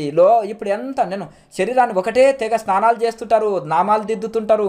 ఇది ఎంత కడిగినా, ఎన్నిసార్లు మలమూత్రాలు పోయినా లోపల ఎప్పుడు మలమూత్రాలు ఉండనే ఉంటాయి. రక్తము మాంసము కంపుతో కూడుకున్నదే ఈ శరీరము. సదా ఎంత శుద్ధి చేసినా ఇది అపవిత్రమే. ఈ దేహం మీద మోహం విడువు అంటున్నారు ఆచార్యుల వారు. పంచీకృతేభ్యో భూతేభ్య స్థూలేభ్య పూర్వకర్మణ. పంచీకృతములైన స్థూల భూతములు అంటే పంచభూతాలు 5, వాటి వలన ఉత్పత్తి అయిన ఈ శరీరము ఆత్మకు స్థూలమైన భోగస్థానము. ఈ ఆత్మకు స్థూల కనిపించే భోగస్థానం అంట. ఈ శరీరం ఆత్మకు కనిపించే భోగస్థానము. ఈ పంచభూతాలతో తయారైన ఈ శరీరము ఆత్మకు కనిపించే భోగస్థానము, స్థూలమైన భోగస్థానము. దీని దశ జాగ్రత్త అవస్థ. ఈ శరీరం దశ ఏంటిదంటే జాగ్రత్తలో కనిపిస్తుంది. ఈ శరీరం రాత్రిలో కూడా కనిపించదు చూడండి, నిద్రలో. కానీ జాగ్రత్తలోనే శరీరం కనిపిస్తుంది. ఈ జాగ్రత్త అవస్థలనే ఈ శరీరము వ్యక్తమవుతుంది. ఇదే స్థూల పదార్థానుభవము ప్రాప్తించును. ఇందే అంటే ఇది జాగ్రత్త దశ, జాగ్రత్త అవస్థలో కనిపిస్తుంది. ఇందే స్థూల పదార్థముల అనుభవం కనిపిస్తుంది. ఎట్లా అంటే స్థూల పదార్థముల అనుభవం అంటే ఇప్పుడు ఈ శరీరము జాగ్రత్త అవస్థలనే మనము తినగలుగుతాము, చూడగలుగుతాము, వినగలుగుతాము, ఇవన్నీ అనుభవించగలుగుతాము. రాత్రిపూట ఈ అనుభవం కలుగుతుందా? కలగదు. నిద్రలో జాగ్రత్త అవస్థలనే కదా తినడం, వినడం, కనడం ఇవన్నీ శరీరంతో అనుభవించబడుతుంది. కనుక ఇది స్థూల పదార్థాలని మనం అనుభవిస్తాం కాబట్టి ఈ అనుభవము జాగ్రత్త అవస్థలనే కలుగుతుంది దేహం ద్వారా. అలాగే బాహేంద్రియై స్థూల పదార్థ సేనాం. అయితే ఈ స్థూల శరీరం తోడ తదాత్మ్యము పొంది అంటే శరీరముతోటి అందులో పూర్తిగా నిమగ్నమై ఈ శరీరమే నేను, నా కన్ను, నా చెవు, నా ముక్కు, నా ఇది నేను, నాది, నాది, నేను అంటే శరీరము, నాది అంటే ఈ ఆస్తి పాస్తులు, భార్య బిడ్డలు, నా వాళ్ళు, నా వాళ్ళు, నాది అనేది ఈ శరీరంలో నిండు మునిగిపోయిన వాళ్ళకి, తాదాత్మ్యం చెందిన వరకు శరీరమే తాను అనుకునే వాళ్ళకి ఈ విధంగా నేను నాదనేది ఉంటుంది. జీవుడు మాలలు, చందనము, ఇక ఇవన్నీ అనిపిస్తాడు, రకరకాల మాలలు ధరిస్తాడు, అలంకరించుకుంటాడు, మేకప్లు వేసుకుంటాడు, ఇంకా మంచి రకరకాల వస్తువులు, ఆభరణాలు, గోల్డ్ ధరిస్తాడు, అలాగే మంచి డ్రెస్సింగ్ చేసుకుంటాడు, మేకప్లు వేసుకుంటాడు. ఇక స్త్రీలు, భోగాలు, విషయవాసనలు, మంచి మంచి పదార్థాలు తినడం, వినడము, ఈ అన్ని రకరకాల భోగాలు అనుభవిస్తాడు. బాహ్యేంద్రియాల ద్వారా అనుభవిస్తుంటాడు. ఈ బాహ్యమైన ఇప్పుడు జ్ఞానేంద్రియాలు, కర్మేంద్రియాల ద్వారా ఇవన్నీ విషయభోగాలు అనుభవిస్తుంటాడనమాట. కాబట్టి జాగ్రత్త అవస్థ యందు ఈ స్థూల శరీరమునకు ప్రాధాన్యం ఉండును.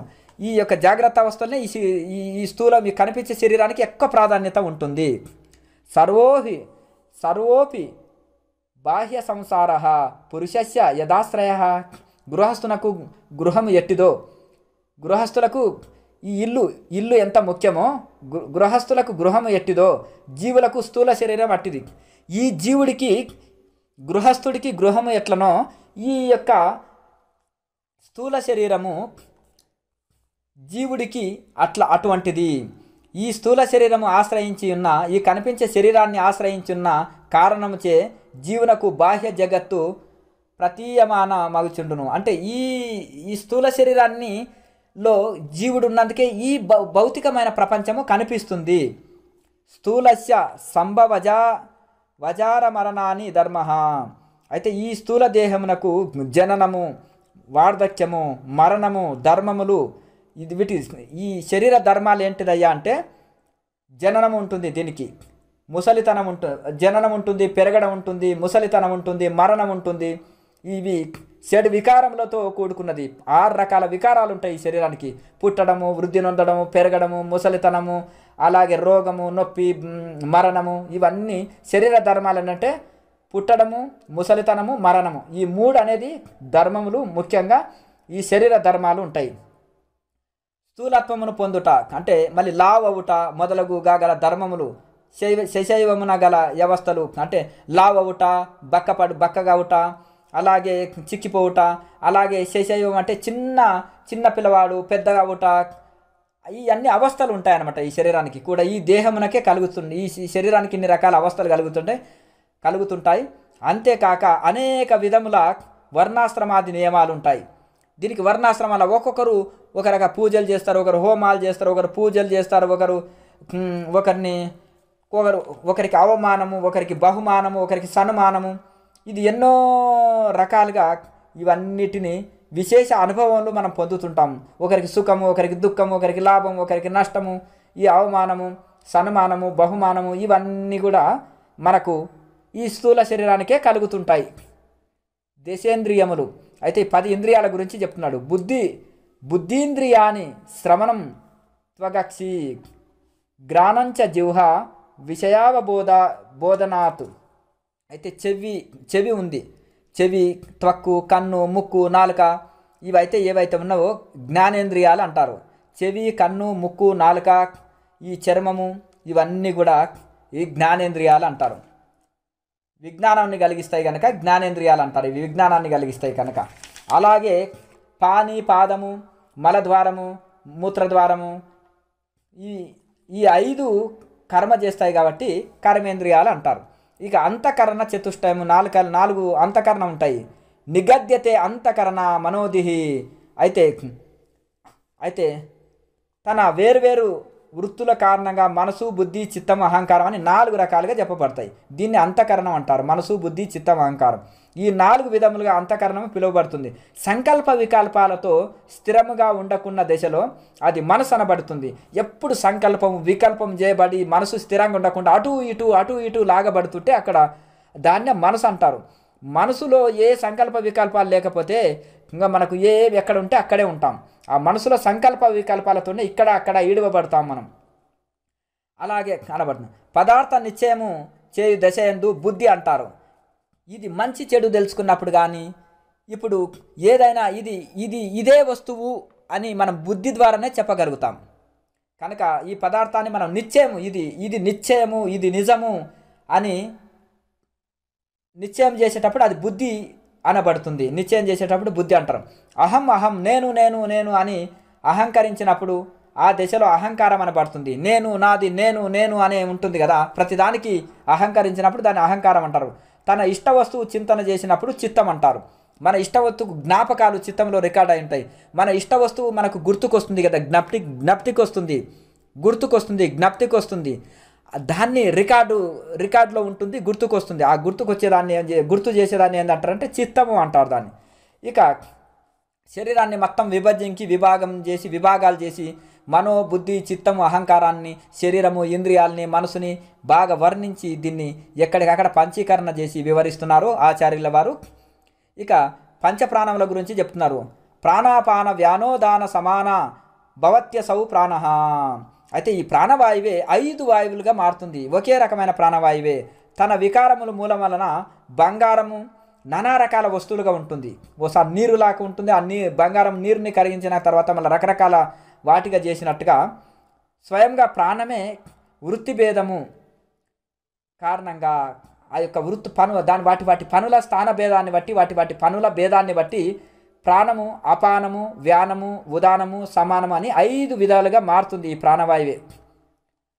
హృది గృణో గుదే పాన సమానో నాభి సంస్థిత. అయితే ఉదాన వాయువు ఎక్కడ ఉంటుందా అంటే కంఠము అనగా ప్రాణవాయువునకు హృదయంలో ఉంటే దాన్ని ఏముంటుందంటే ప్రాణవాయువు హృదయంలో ఉంటుంది. అపాన వాయువు మలద్వారంలో ఉంటుంది. సమాన వాయువు నాభి బొడ్డు భాగంలో ఉంటుంది. ఉదాన వాయువు కంఠంలో ఉంటుంది. వ్యానవాయువు శరీరం మొత్తం వ్యాపించి ఉంటుంది. వీటికి ఆయా స్థానాలు, ఈ వాయువుల స్థానాలు కూడా చక్కగా చెప్పబడ్డది. ఇక సూక్ష్మ శరీరం అంటే ఏంటిది, దాని గురించి వివరిస్తున్నారు ఆచార్యుల వారు. వాగాది పంచశ్రవణాది ఇవన్నీ విచారణ చేస్తే ఏంటిదంటే ఈ శరీరాన్ని నేను కాదు, ఇది అంతా ఈ శరీరము నేను కాదు, ఆత్మ వేరు శరీరం వేరు అని తెలియట కోసమే ఇంత విచారణ జరుగుతుంది ఇందులో.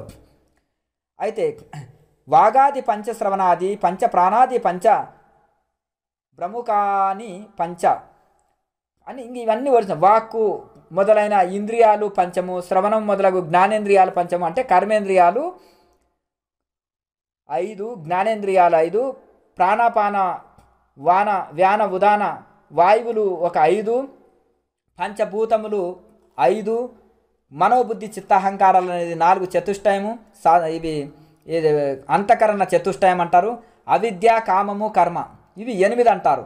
అయితే మనోబుద్ధి చిత్త అహంకారము 4, అలా అవిద్య కామము కర్మ అనేది ఇవన్నీ కలిసి ఇవి 8ంటిని పుర్యాష్టకం అంటారు.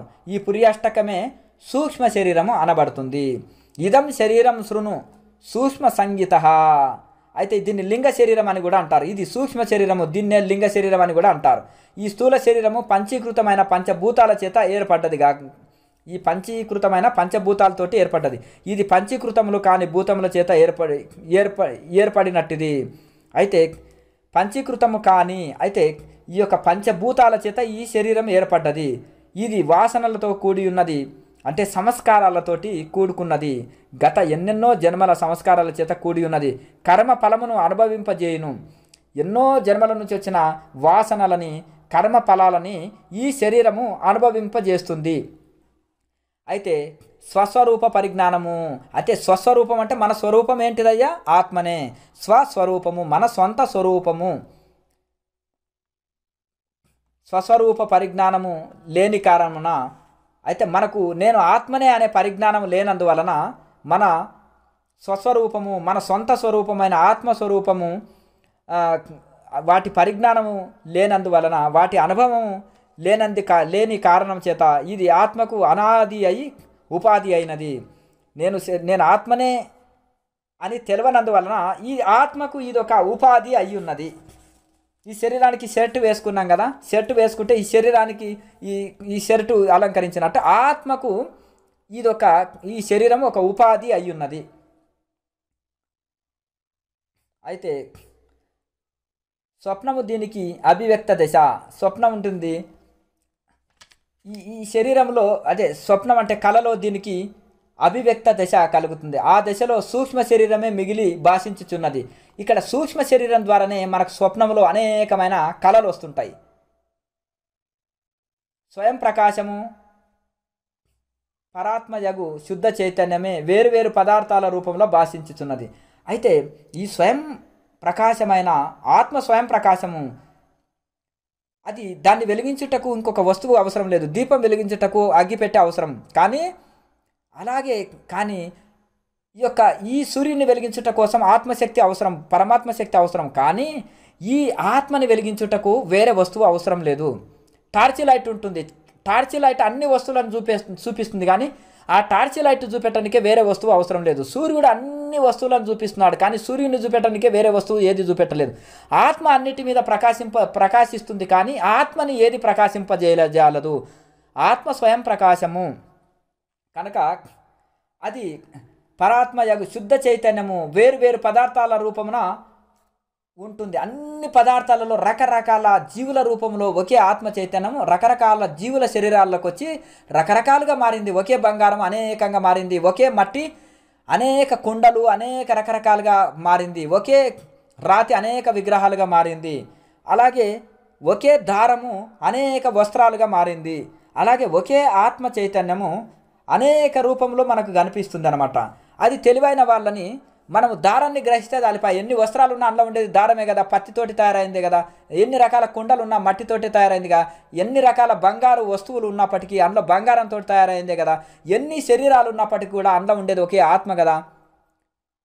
గోవుల రంగులు వేరైనా పాలు ఒకటే, శరీరాలు వేరైనా పరమాత్మ ఒకటే అని ఇలా గ్రహించాలన్నమాట. అట్లా బుద్ధి మాత్రమున జాగ్రత్త అవస్థలో వివిధ రూపంలో కూడిన అయితే ఇప్పుడు మనం జాగ్రత్త అవస్థలనే ఇవన్నీ తెలుసుకుంటున్నాం. ఈ అన్ని నానా రకాలుగా కనిపిస్తున్నాయి కదా. ఇందులో ఉండే ఇది ఒకటే చైతన్యము రకరకాలుగా కనిపిస్తున్నాయి, కానీ ఒకే చైతన్యాన్ని మనం గుర్తించాలి. ధీమాత్ర కోపాది రశేష సాక్షి.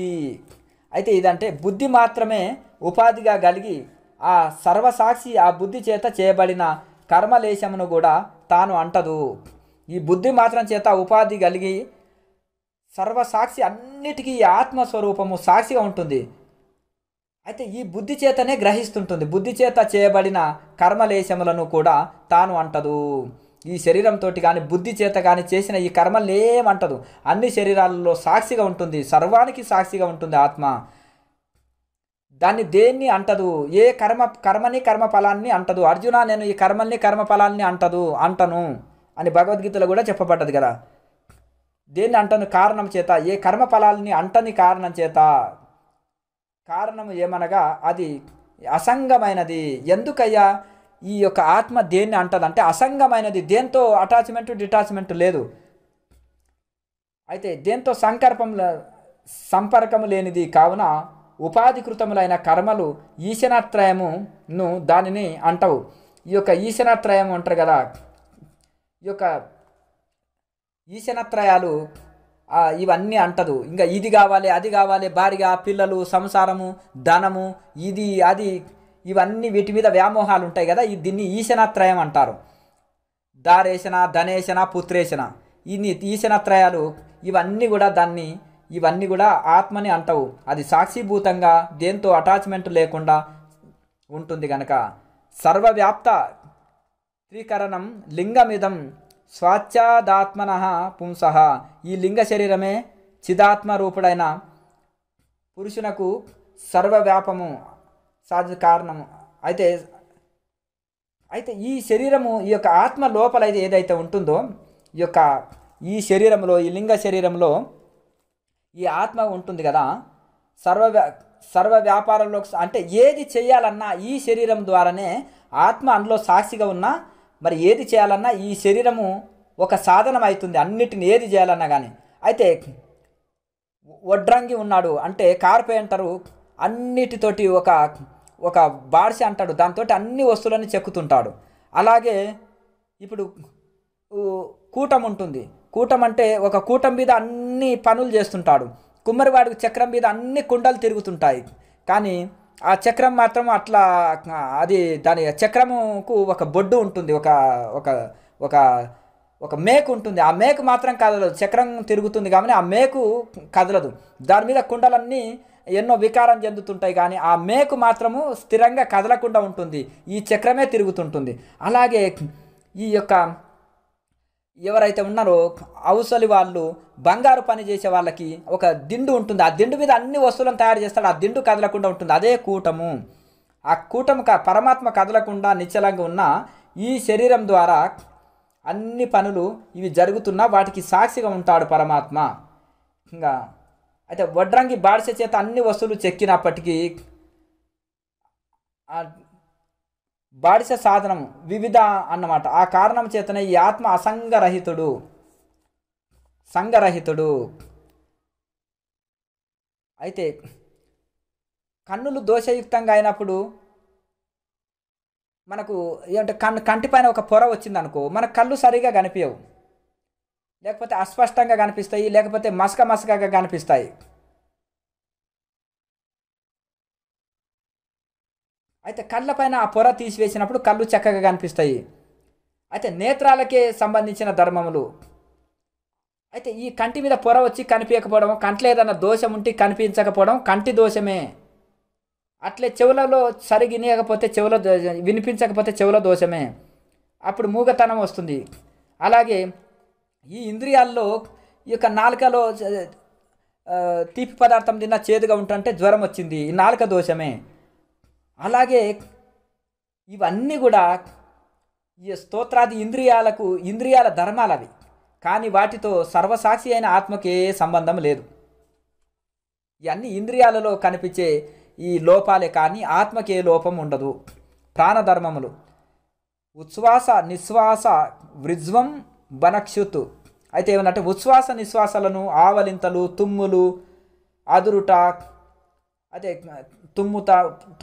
తుమ్ముట, దగ్గుట, ఇవన్నీ మొదలైన ప్రాణాదుల ధర్మములని తత్వవేత్తలు చెప్తున్నారు. అట్లే ఆకలి దప్పికి ప్రాణధర్మములు, ఆకలి దప్పి ఈ ప్రాణధర్మాలు అవుతాయి. ఇక ఆవలింతలు, తుమ్ములు, దగ్గులు ఇవన్నీ ఏమో ఈ యొక్క ఉచ్ఛ్వాస నిశ్వాసాలు ఇవి ప్రాణధర్మాలు. అలాగే ఆకలి దప్పి కూడా ఇవి ప్రాణధర్మాలని తత్వవేత్తల చేత ఈ ప్రాణధర్మం చెప్పబడ్డది ఒక శ్లోకంతో. ఇక ఒక శ్లోకంతో అహంకారాన్ని చెప్తున్నాడు. అహంకారం అంటే ఏంటిదయ్యా అంటే అంతఃకరణమేతేషు చక్షురాదీషు వర్షని. శరీరంలో ఈ కళ్ళ ద్వారా, ఇంద్రియాల ద్వారా, అంతఃకరణం ద్వారా తేజస్సుతో పరివ్యాప్తమై నేను అని అహంకారమును ప్రకటించుచున్నది. అదే దీన్నే అహంకారం అంటారు. ఈ యొక్క ఏదైతే ఉంటుందంటే ఈ శరీరంలో ఈ కళ్ళ ద్వారా, ఇంద్రియాల ద్వారా తెలుసుకున్నది, విన్నది, చూసింది, అన్నీ చూసి ఇవన్నీ నేనే ఈ శరీరం నేనే అనేది అనిపించేది దీన్నే అహంకారం అంటున్నారు. అహంకారస్స విజ్ఞేయ కర్త భోక్త అభిమాన్యయం. దీనికి ఈ అహంకారం చేసే పనులు ఏంటిదయ్యా, ఏం చేస్తుంది ఈ అహంకారం అంటే కర్తను, నేను భోక్తను, నేను కర్తను నేనే సృష్టించిన, నేనే చేసిన, ఇదంతా నేనే చేసిన. భోక్తను నేనే అనుభవించేవాడిని, ఇదంతా నేనే అనుభవిస్తున్నాను. అదే నేను నాది అనే అభిమానం కలిగిస్తుంది ఈ అహంకారము. అభిమానాన్ని కలిగించేది అహంకారం గుణం ఏందయ్యా అంటే అభిమానాన్ని కలిగిస్తుంది. ఆ అభిమానం కలిగించే ఆ పని ఏదో దీన్ని అహంకారం చేసే పని, దీన్నే అహంకారం అంటారు.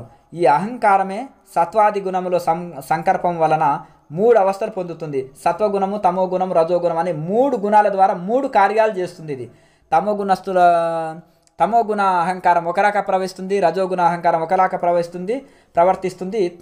అలాగే సత్వగుణము అహంకారము ఒకలాగా ప్రవర్తిస్తుంది. ఈ 3 గుణాల గురించి తర్వాత వచ్చే అధ్యాయాల్లో మనం తెలుసుకుంటాము. అలాగే విషయానుమానకూల్యే సుఖీ దుఃఖీ విపర్యయే సుఖ దుఃఖం. అయితే ఈ విధంగా ఈ అహం వృత్తి, అహం అంటే నేను అనే వృత్తి విషయములను అనుకూలించినప్పుడు సుఖ దుఃఖములకు, ప్రతికూలించినప్పుడు దుఃఖము పొందుచున్నాడు. అయితే ఈ నేను అన్నప్పుడు నష్టం కలిగినప్పుడు దుఃఖిస్తున్నాడు, లాభం కలిగినప్పుడు సంతోషపడుతున్నాడు.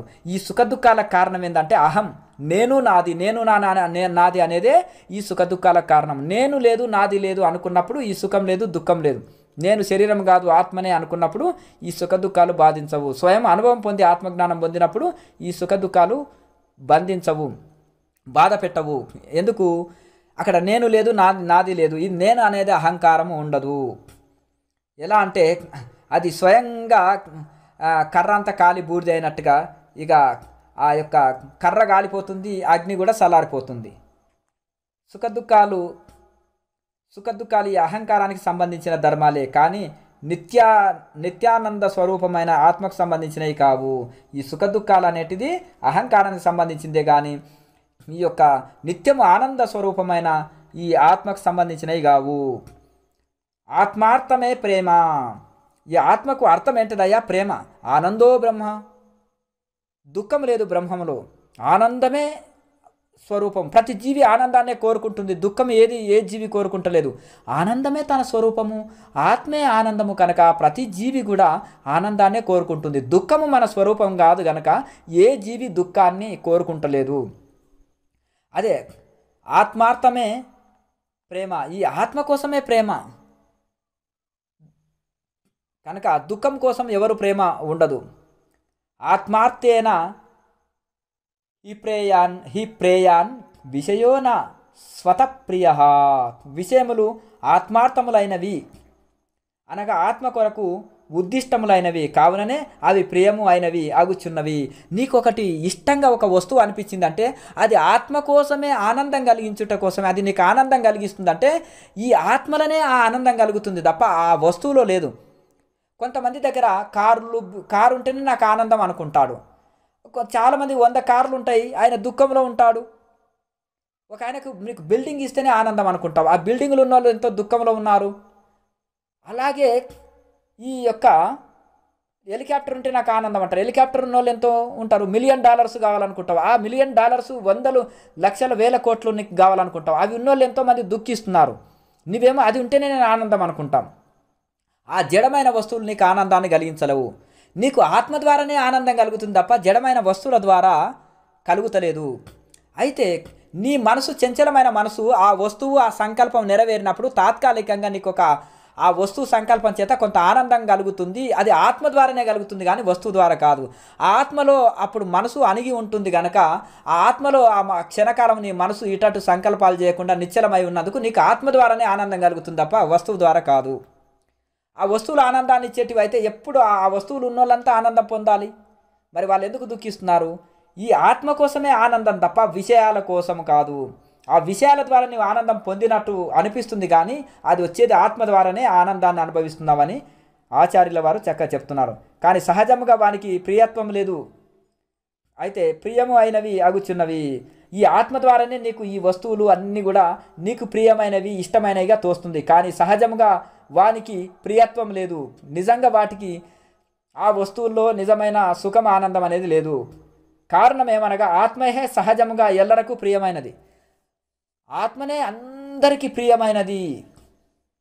ఈ వస్తువులు ప్రియమైనవి కావు. ఈ ఆత్మ కొరకే అవి ప్రియమైనవిగా నీకు తోస్తుంది. తథా ఆత్మ సదానందో నాస్య దుఃఖ కదాచన. కాబట్టి ఆత్మ సదా ఆనంద రూపమైనది. దానికి దుఃఖానుభవం ఎన్నడూ లేదు. ఈ ఆత్మకు దుఃఖ అనుభవం అనేదే లేదు.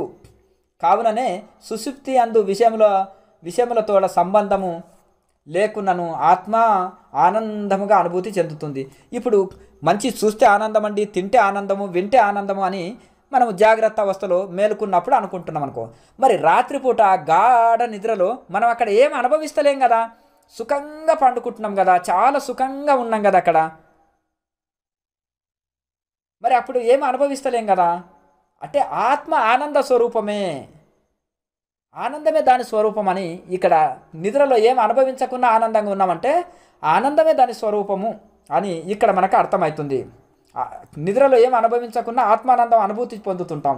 ఈ విషయమున శృతి ప్రమాణము అంటే వేద ప్రమాణము, ప్రత్యక్ష ప్రమాణము, ఐతిహ్య ప్రమాణము, ఇతిహాస ప్రమాణము, అనుమాన ప్రమాణము ఉన్నాయి కదా.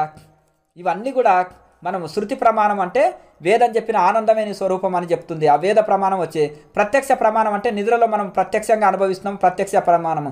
ఇతిహాస ప్రమాణము అనుమాన ప్రమాణము, ప్రమాణం, ఇవన్నీ మనకు స్వయంగా తెలుస్తుంది. ఇవన్నీ తెలుస్తుంది కదా. మాయా నిరూపము, అసలు మాయ అంటే ఏంటిది, అది ఎట్లుంటుంది, దాన్ని నిరూపిస్తున్నారు. అవ్యక్తాన్నిమ్ని పరమేశ శక్తి రణాద్య విద్య త్రిగుణాత్మిక పరా.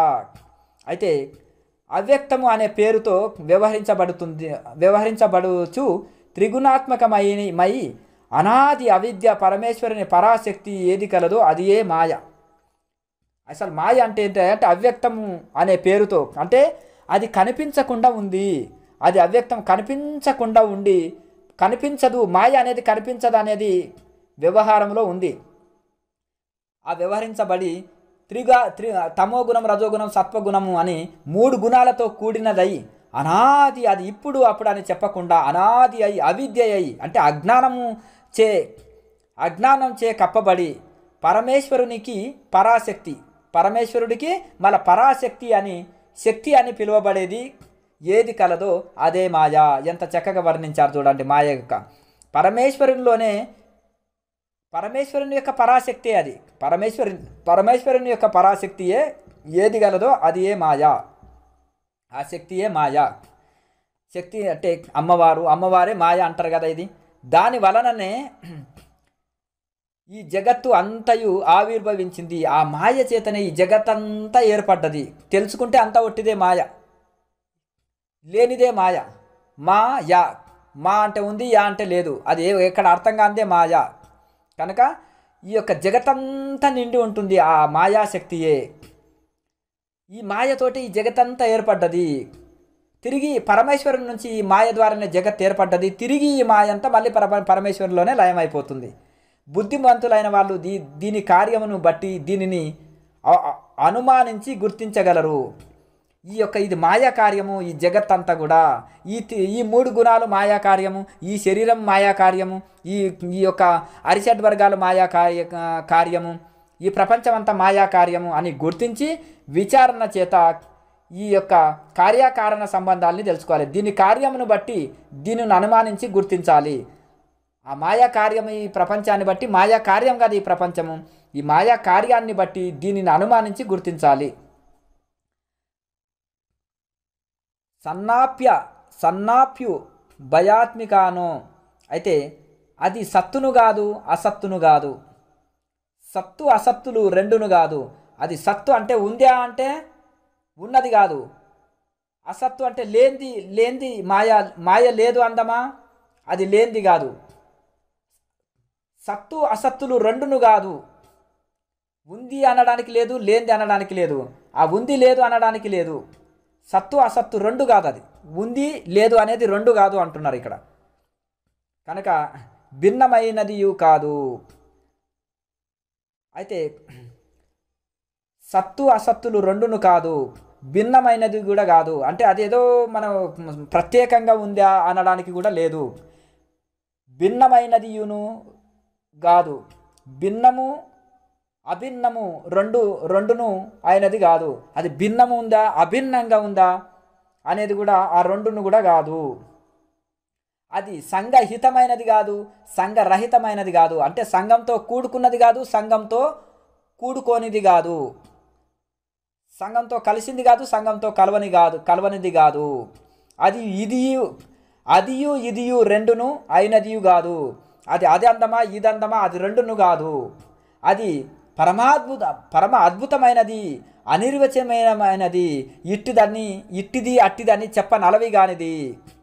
ఇది మాయ అనేది ఎటువంటిదంటే అది పరమ అద్భుతమైనది, అనిర్వచనీయమైనది, అది చెప్పుటకు వీలు కానిది, ఇట్టిది అట్టిదని చెప్ప అలివి కానిది.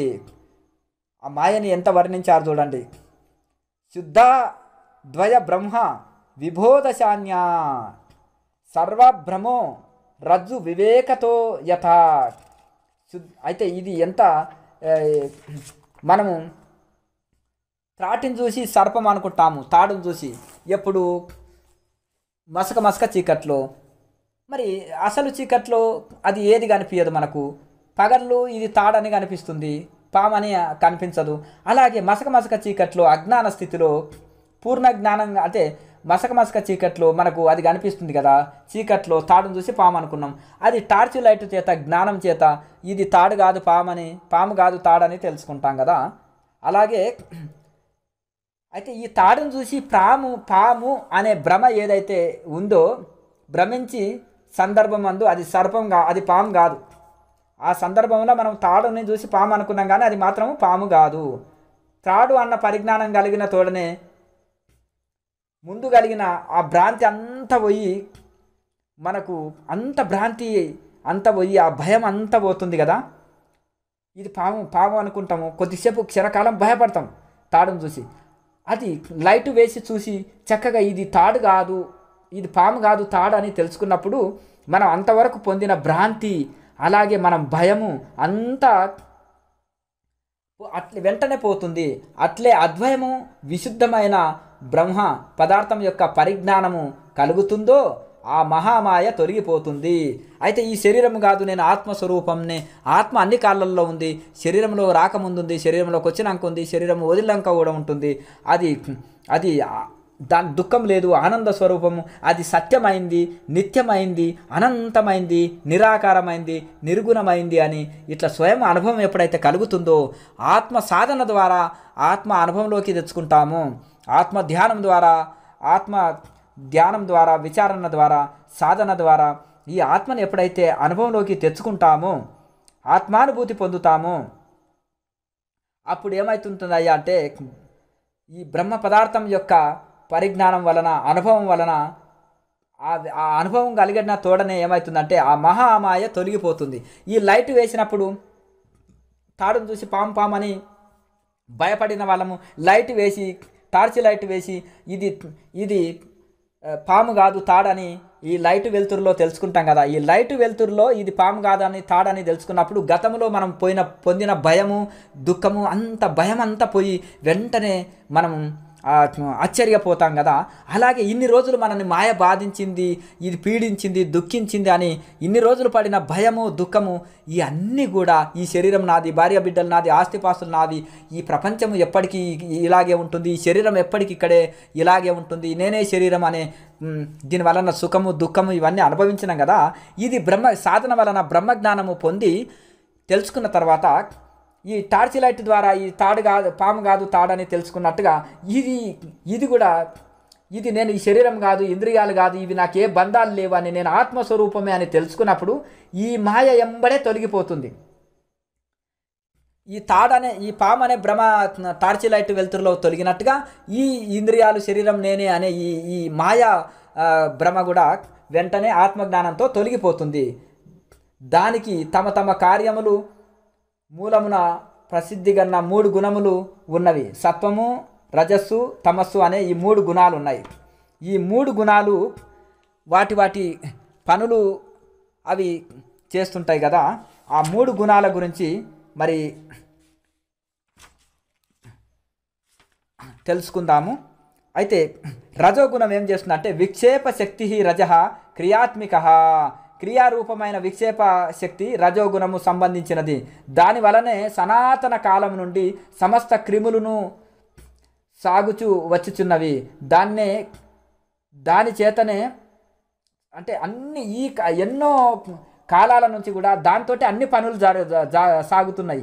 ఈ రజోగుణం ఏంటంటే ఇది అన్ని పనుల యందు వినియోగిస్తుంది మనిషిని.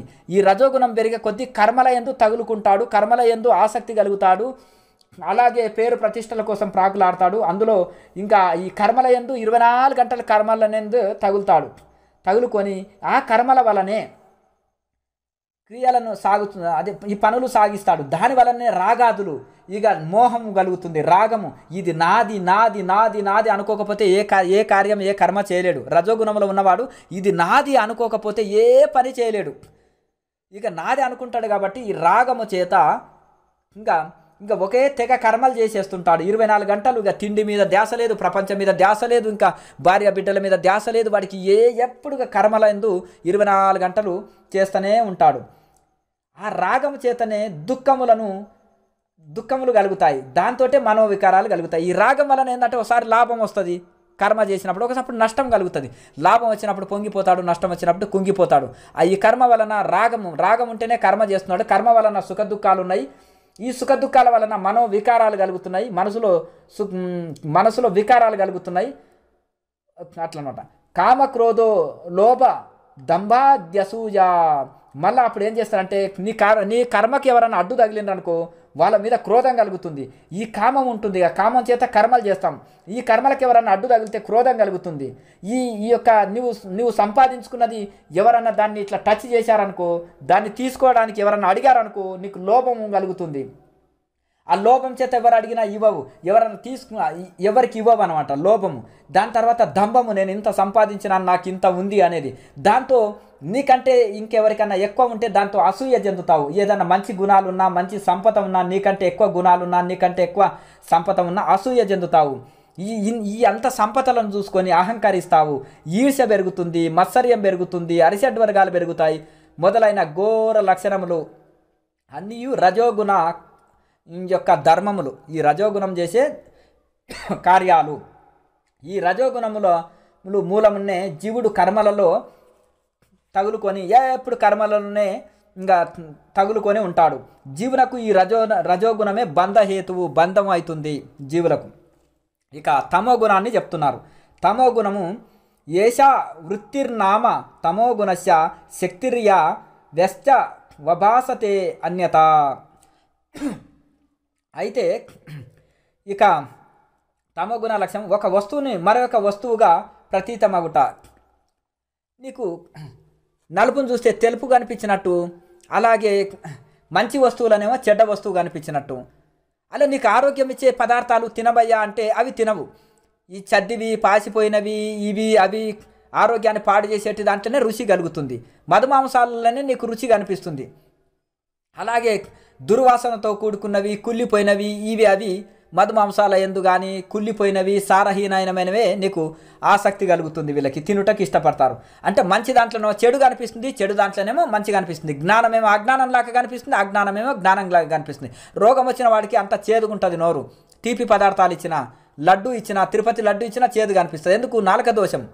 ఈ తమోగుణ దోషం వలన మంచిది చెడు, ఈ అజ్ఞానం అనే పాంగ్ గడిచిన వాడికి ఇక ఇలాగే ఉంటుంది. కనుక ఈ యొక్క ఇది ఉల్టా అర్థం చేసుకుంటారనమాట. పాపకార్యాలనేమో పుణ్యకార్యాలు అనుకుంటాడు, పుణ్యకార్యాలనేమో పాపకార్యాలు అనుకుంటాడు. మంచిని చెడు అనుకుంటాడు, చెడుని మంచి అనుకుంటాడు. మంచి వాళ్ళని శత్రువులు అనుకుంటాడు, శత్రువులనేమో మంచి వాళ్ళని స్నేహితులు అనుకుంటాడు. ఈ తమో గుణం ఉన్న వాళ్ళకి చాలా అపాయము. ఉల్టా అర్థం చేసుకుంటారు ప్రతిది కూడా. అయితే ఎందుకు ఇట్లా కలుగుతుందంటే తమో గుణం యొక్క ఆవరణ శక్తి చేత పురుషుని జనన మరణ రూపమైన సంసారమునకు అధికారము, విక్షేప శక్తి యొక్క ప్రసారమునకు కారణం ఇదే. అయితే ఆవరణ వలన ఒక ఆవరించి ఉంటుంది అజ్ఞానం అనేది.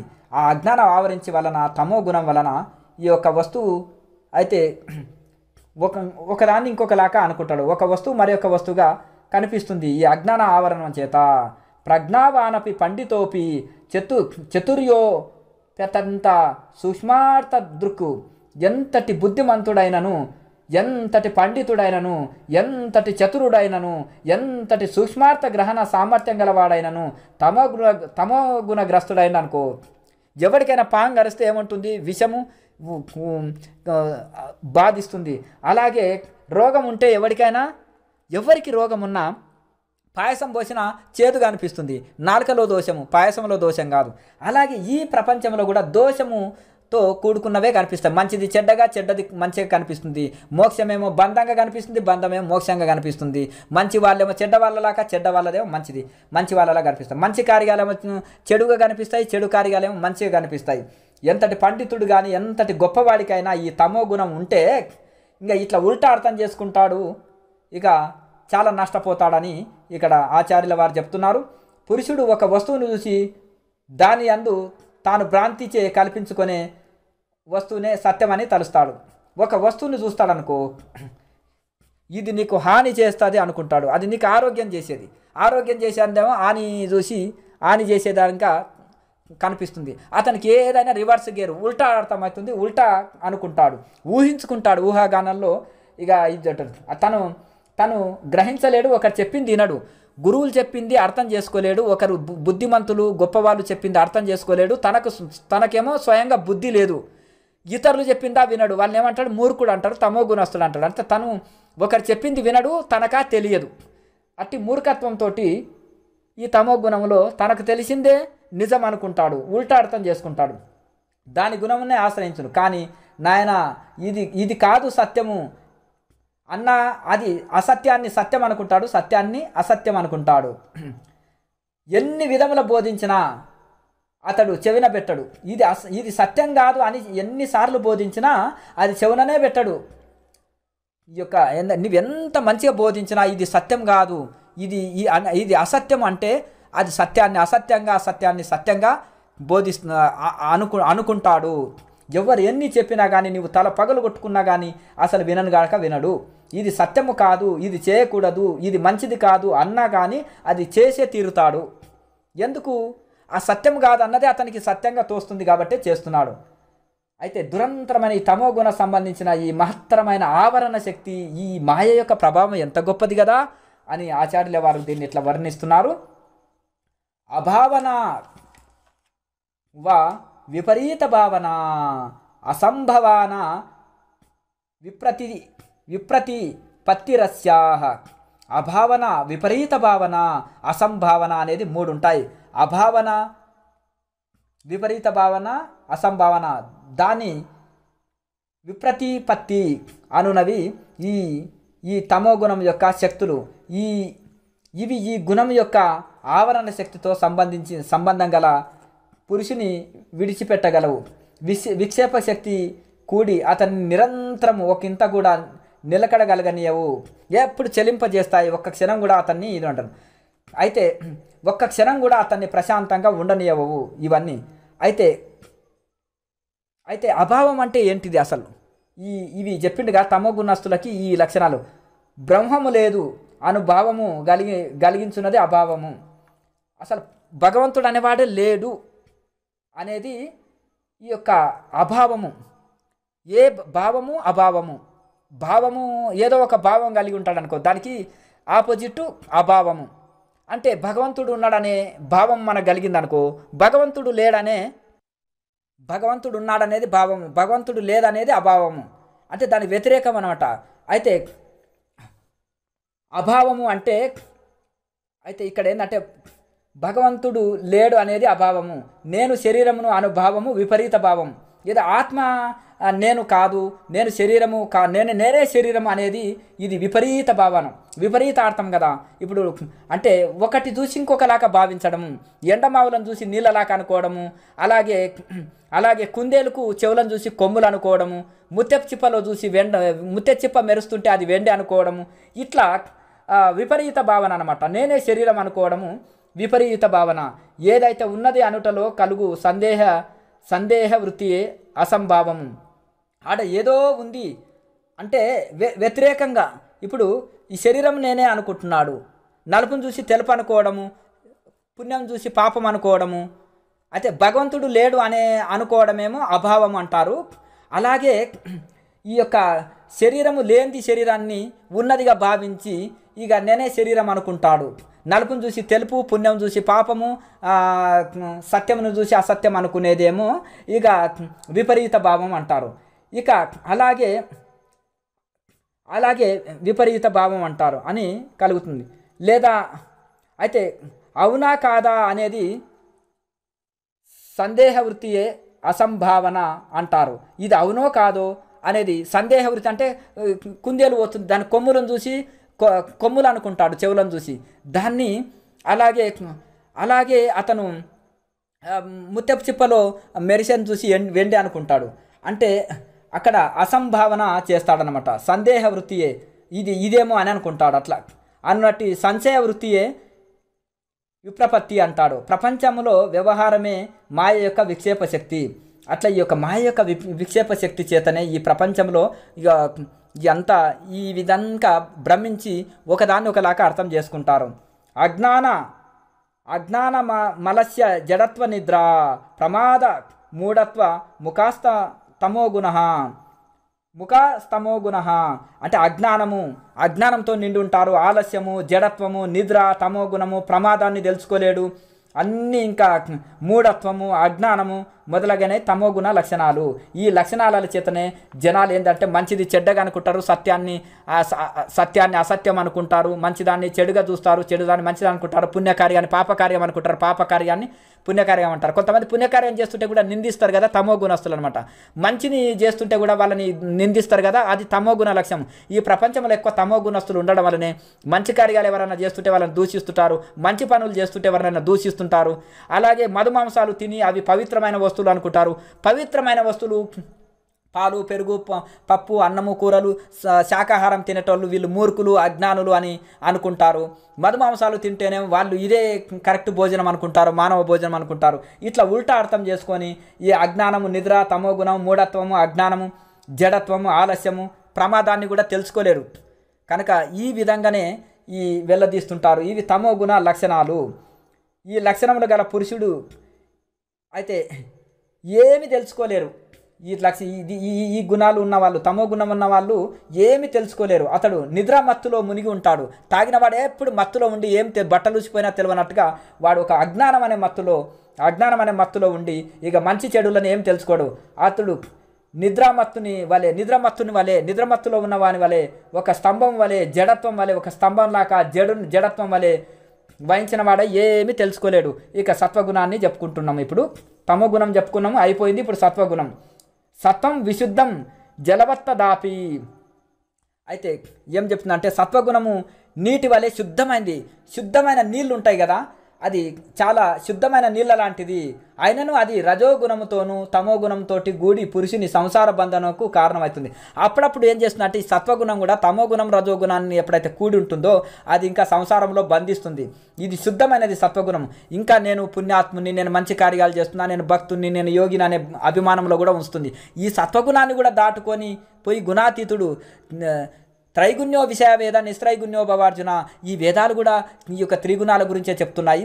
ఈ త్రిగుణాలని దాటుకొని పోయి ఇంకా నువ్వు అతీతంగా ఉంటారు. వేదాతీతుడు వేమన యోగి చెప్పింది వేదం సుమ్మి అంటారు. ఆ వేదము అతీత స్థితిలో 3 గుణాలు దాటుకొని ఉండి వాళ్ళు నోటికుంటే ఏది చెప్పినా అదే వేదం అవుతుంది.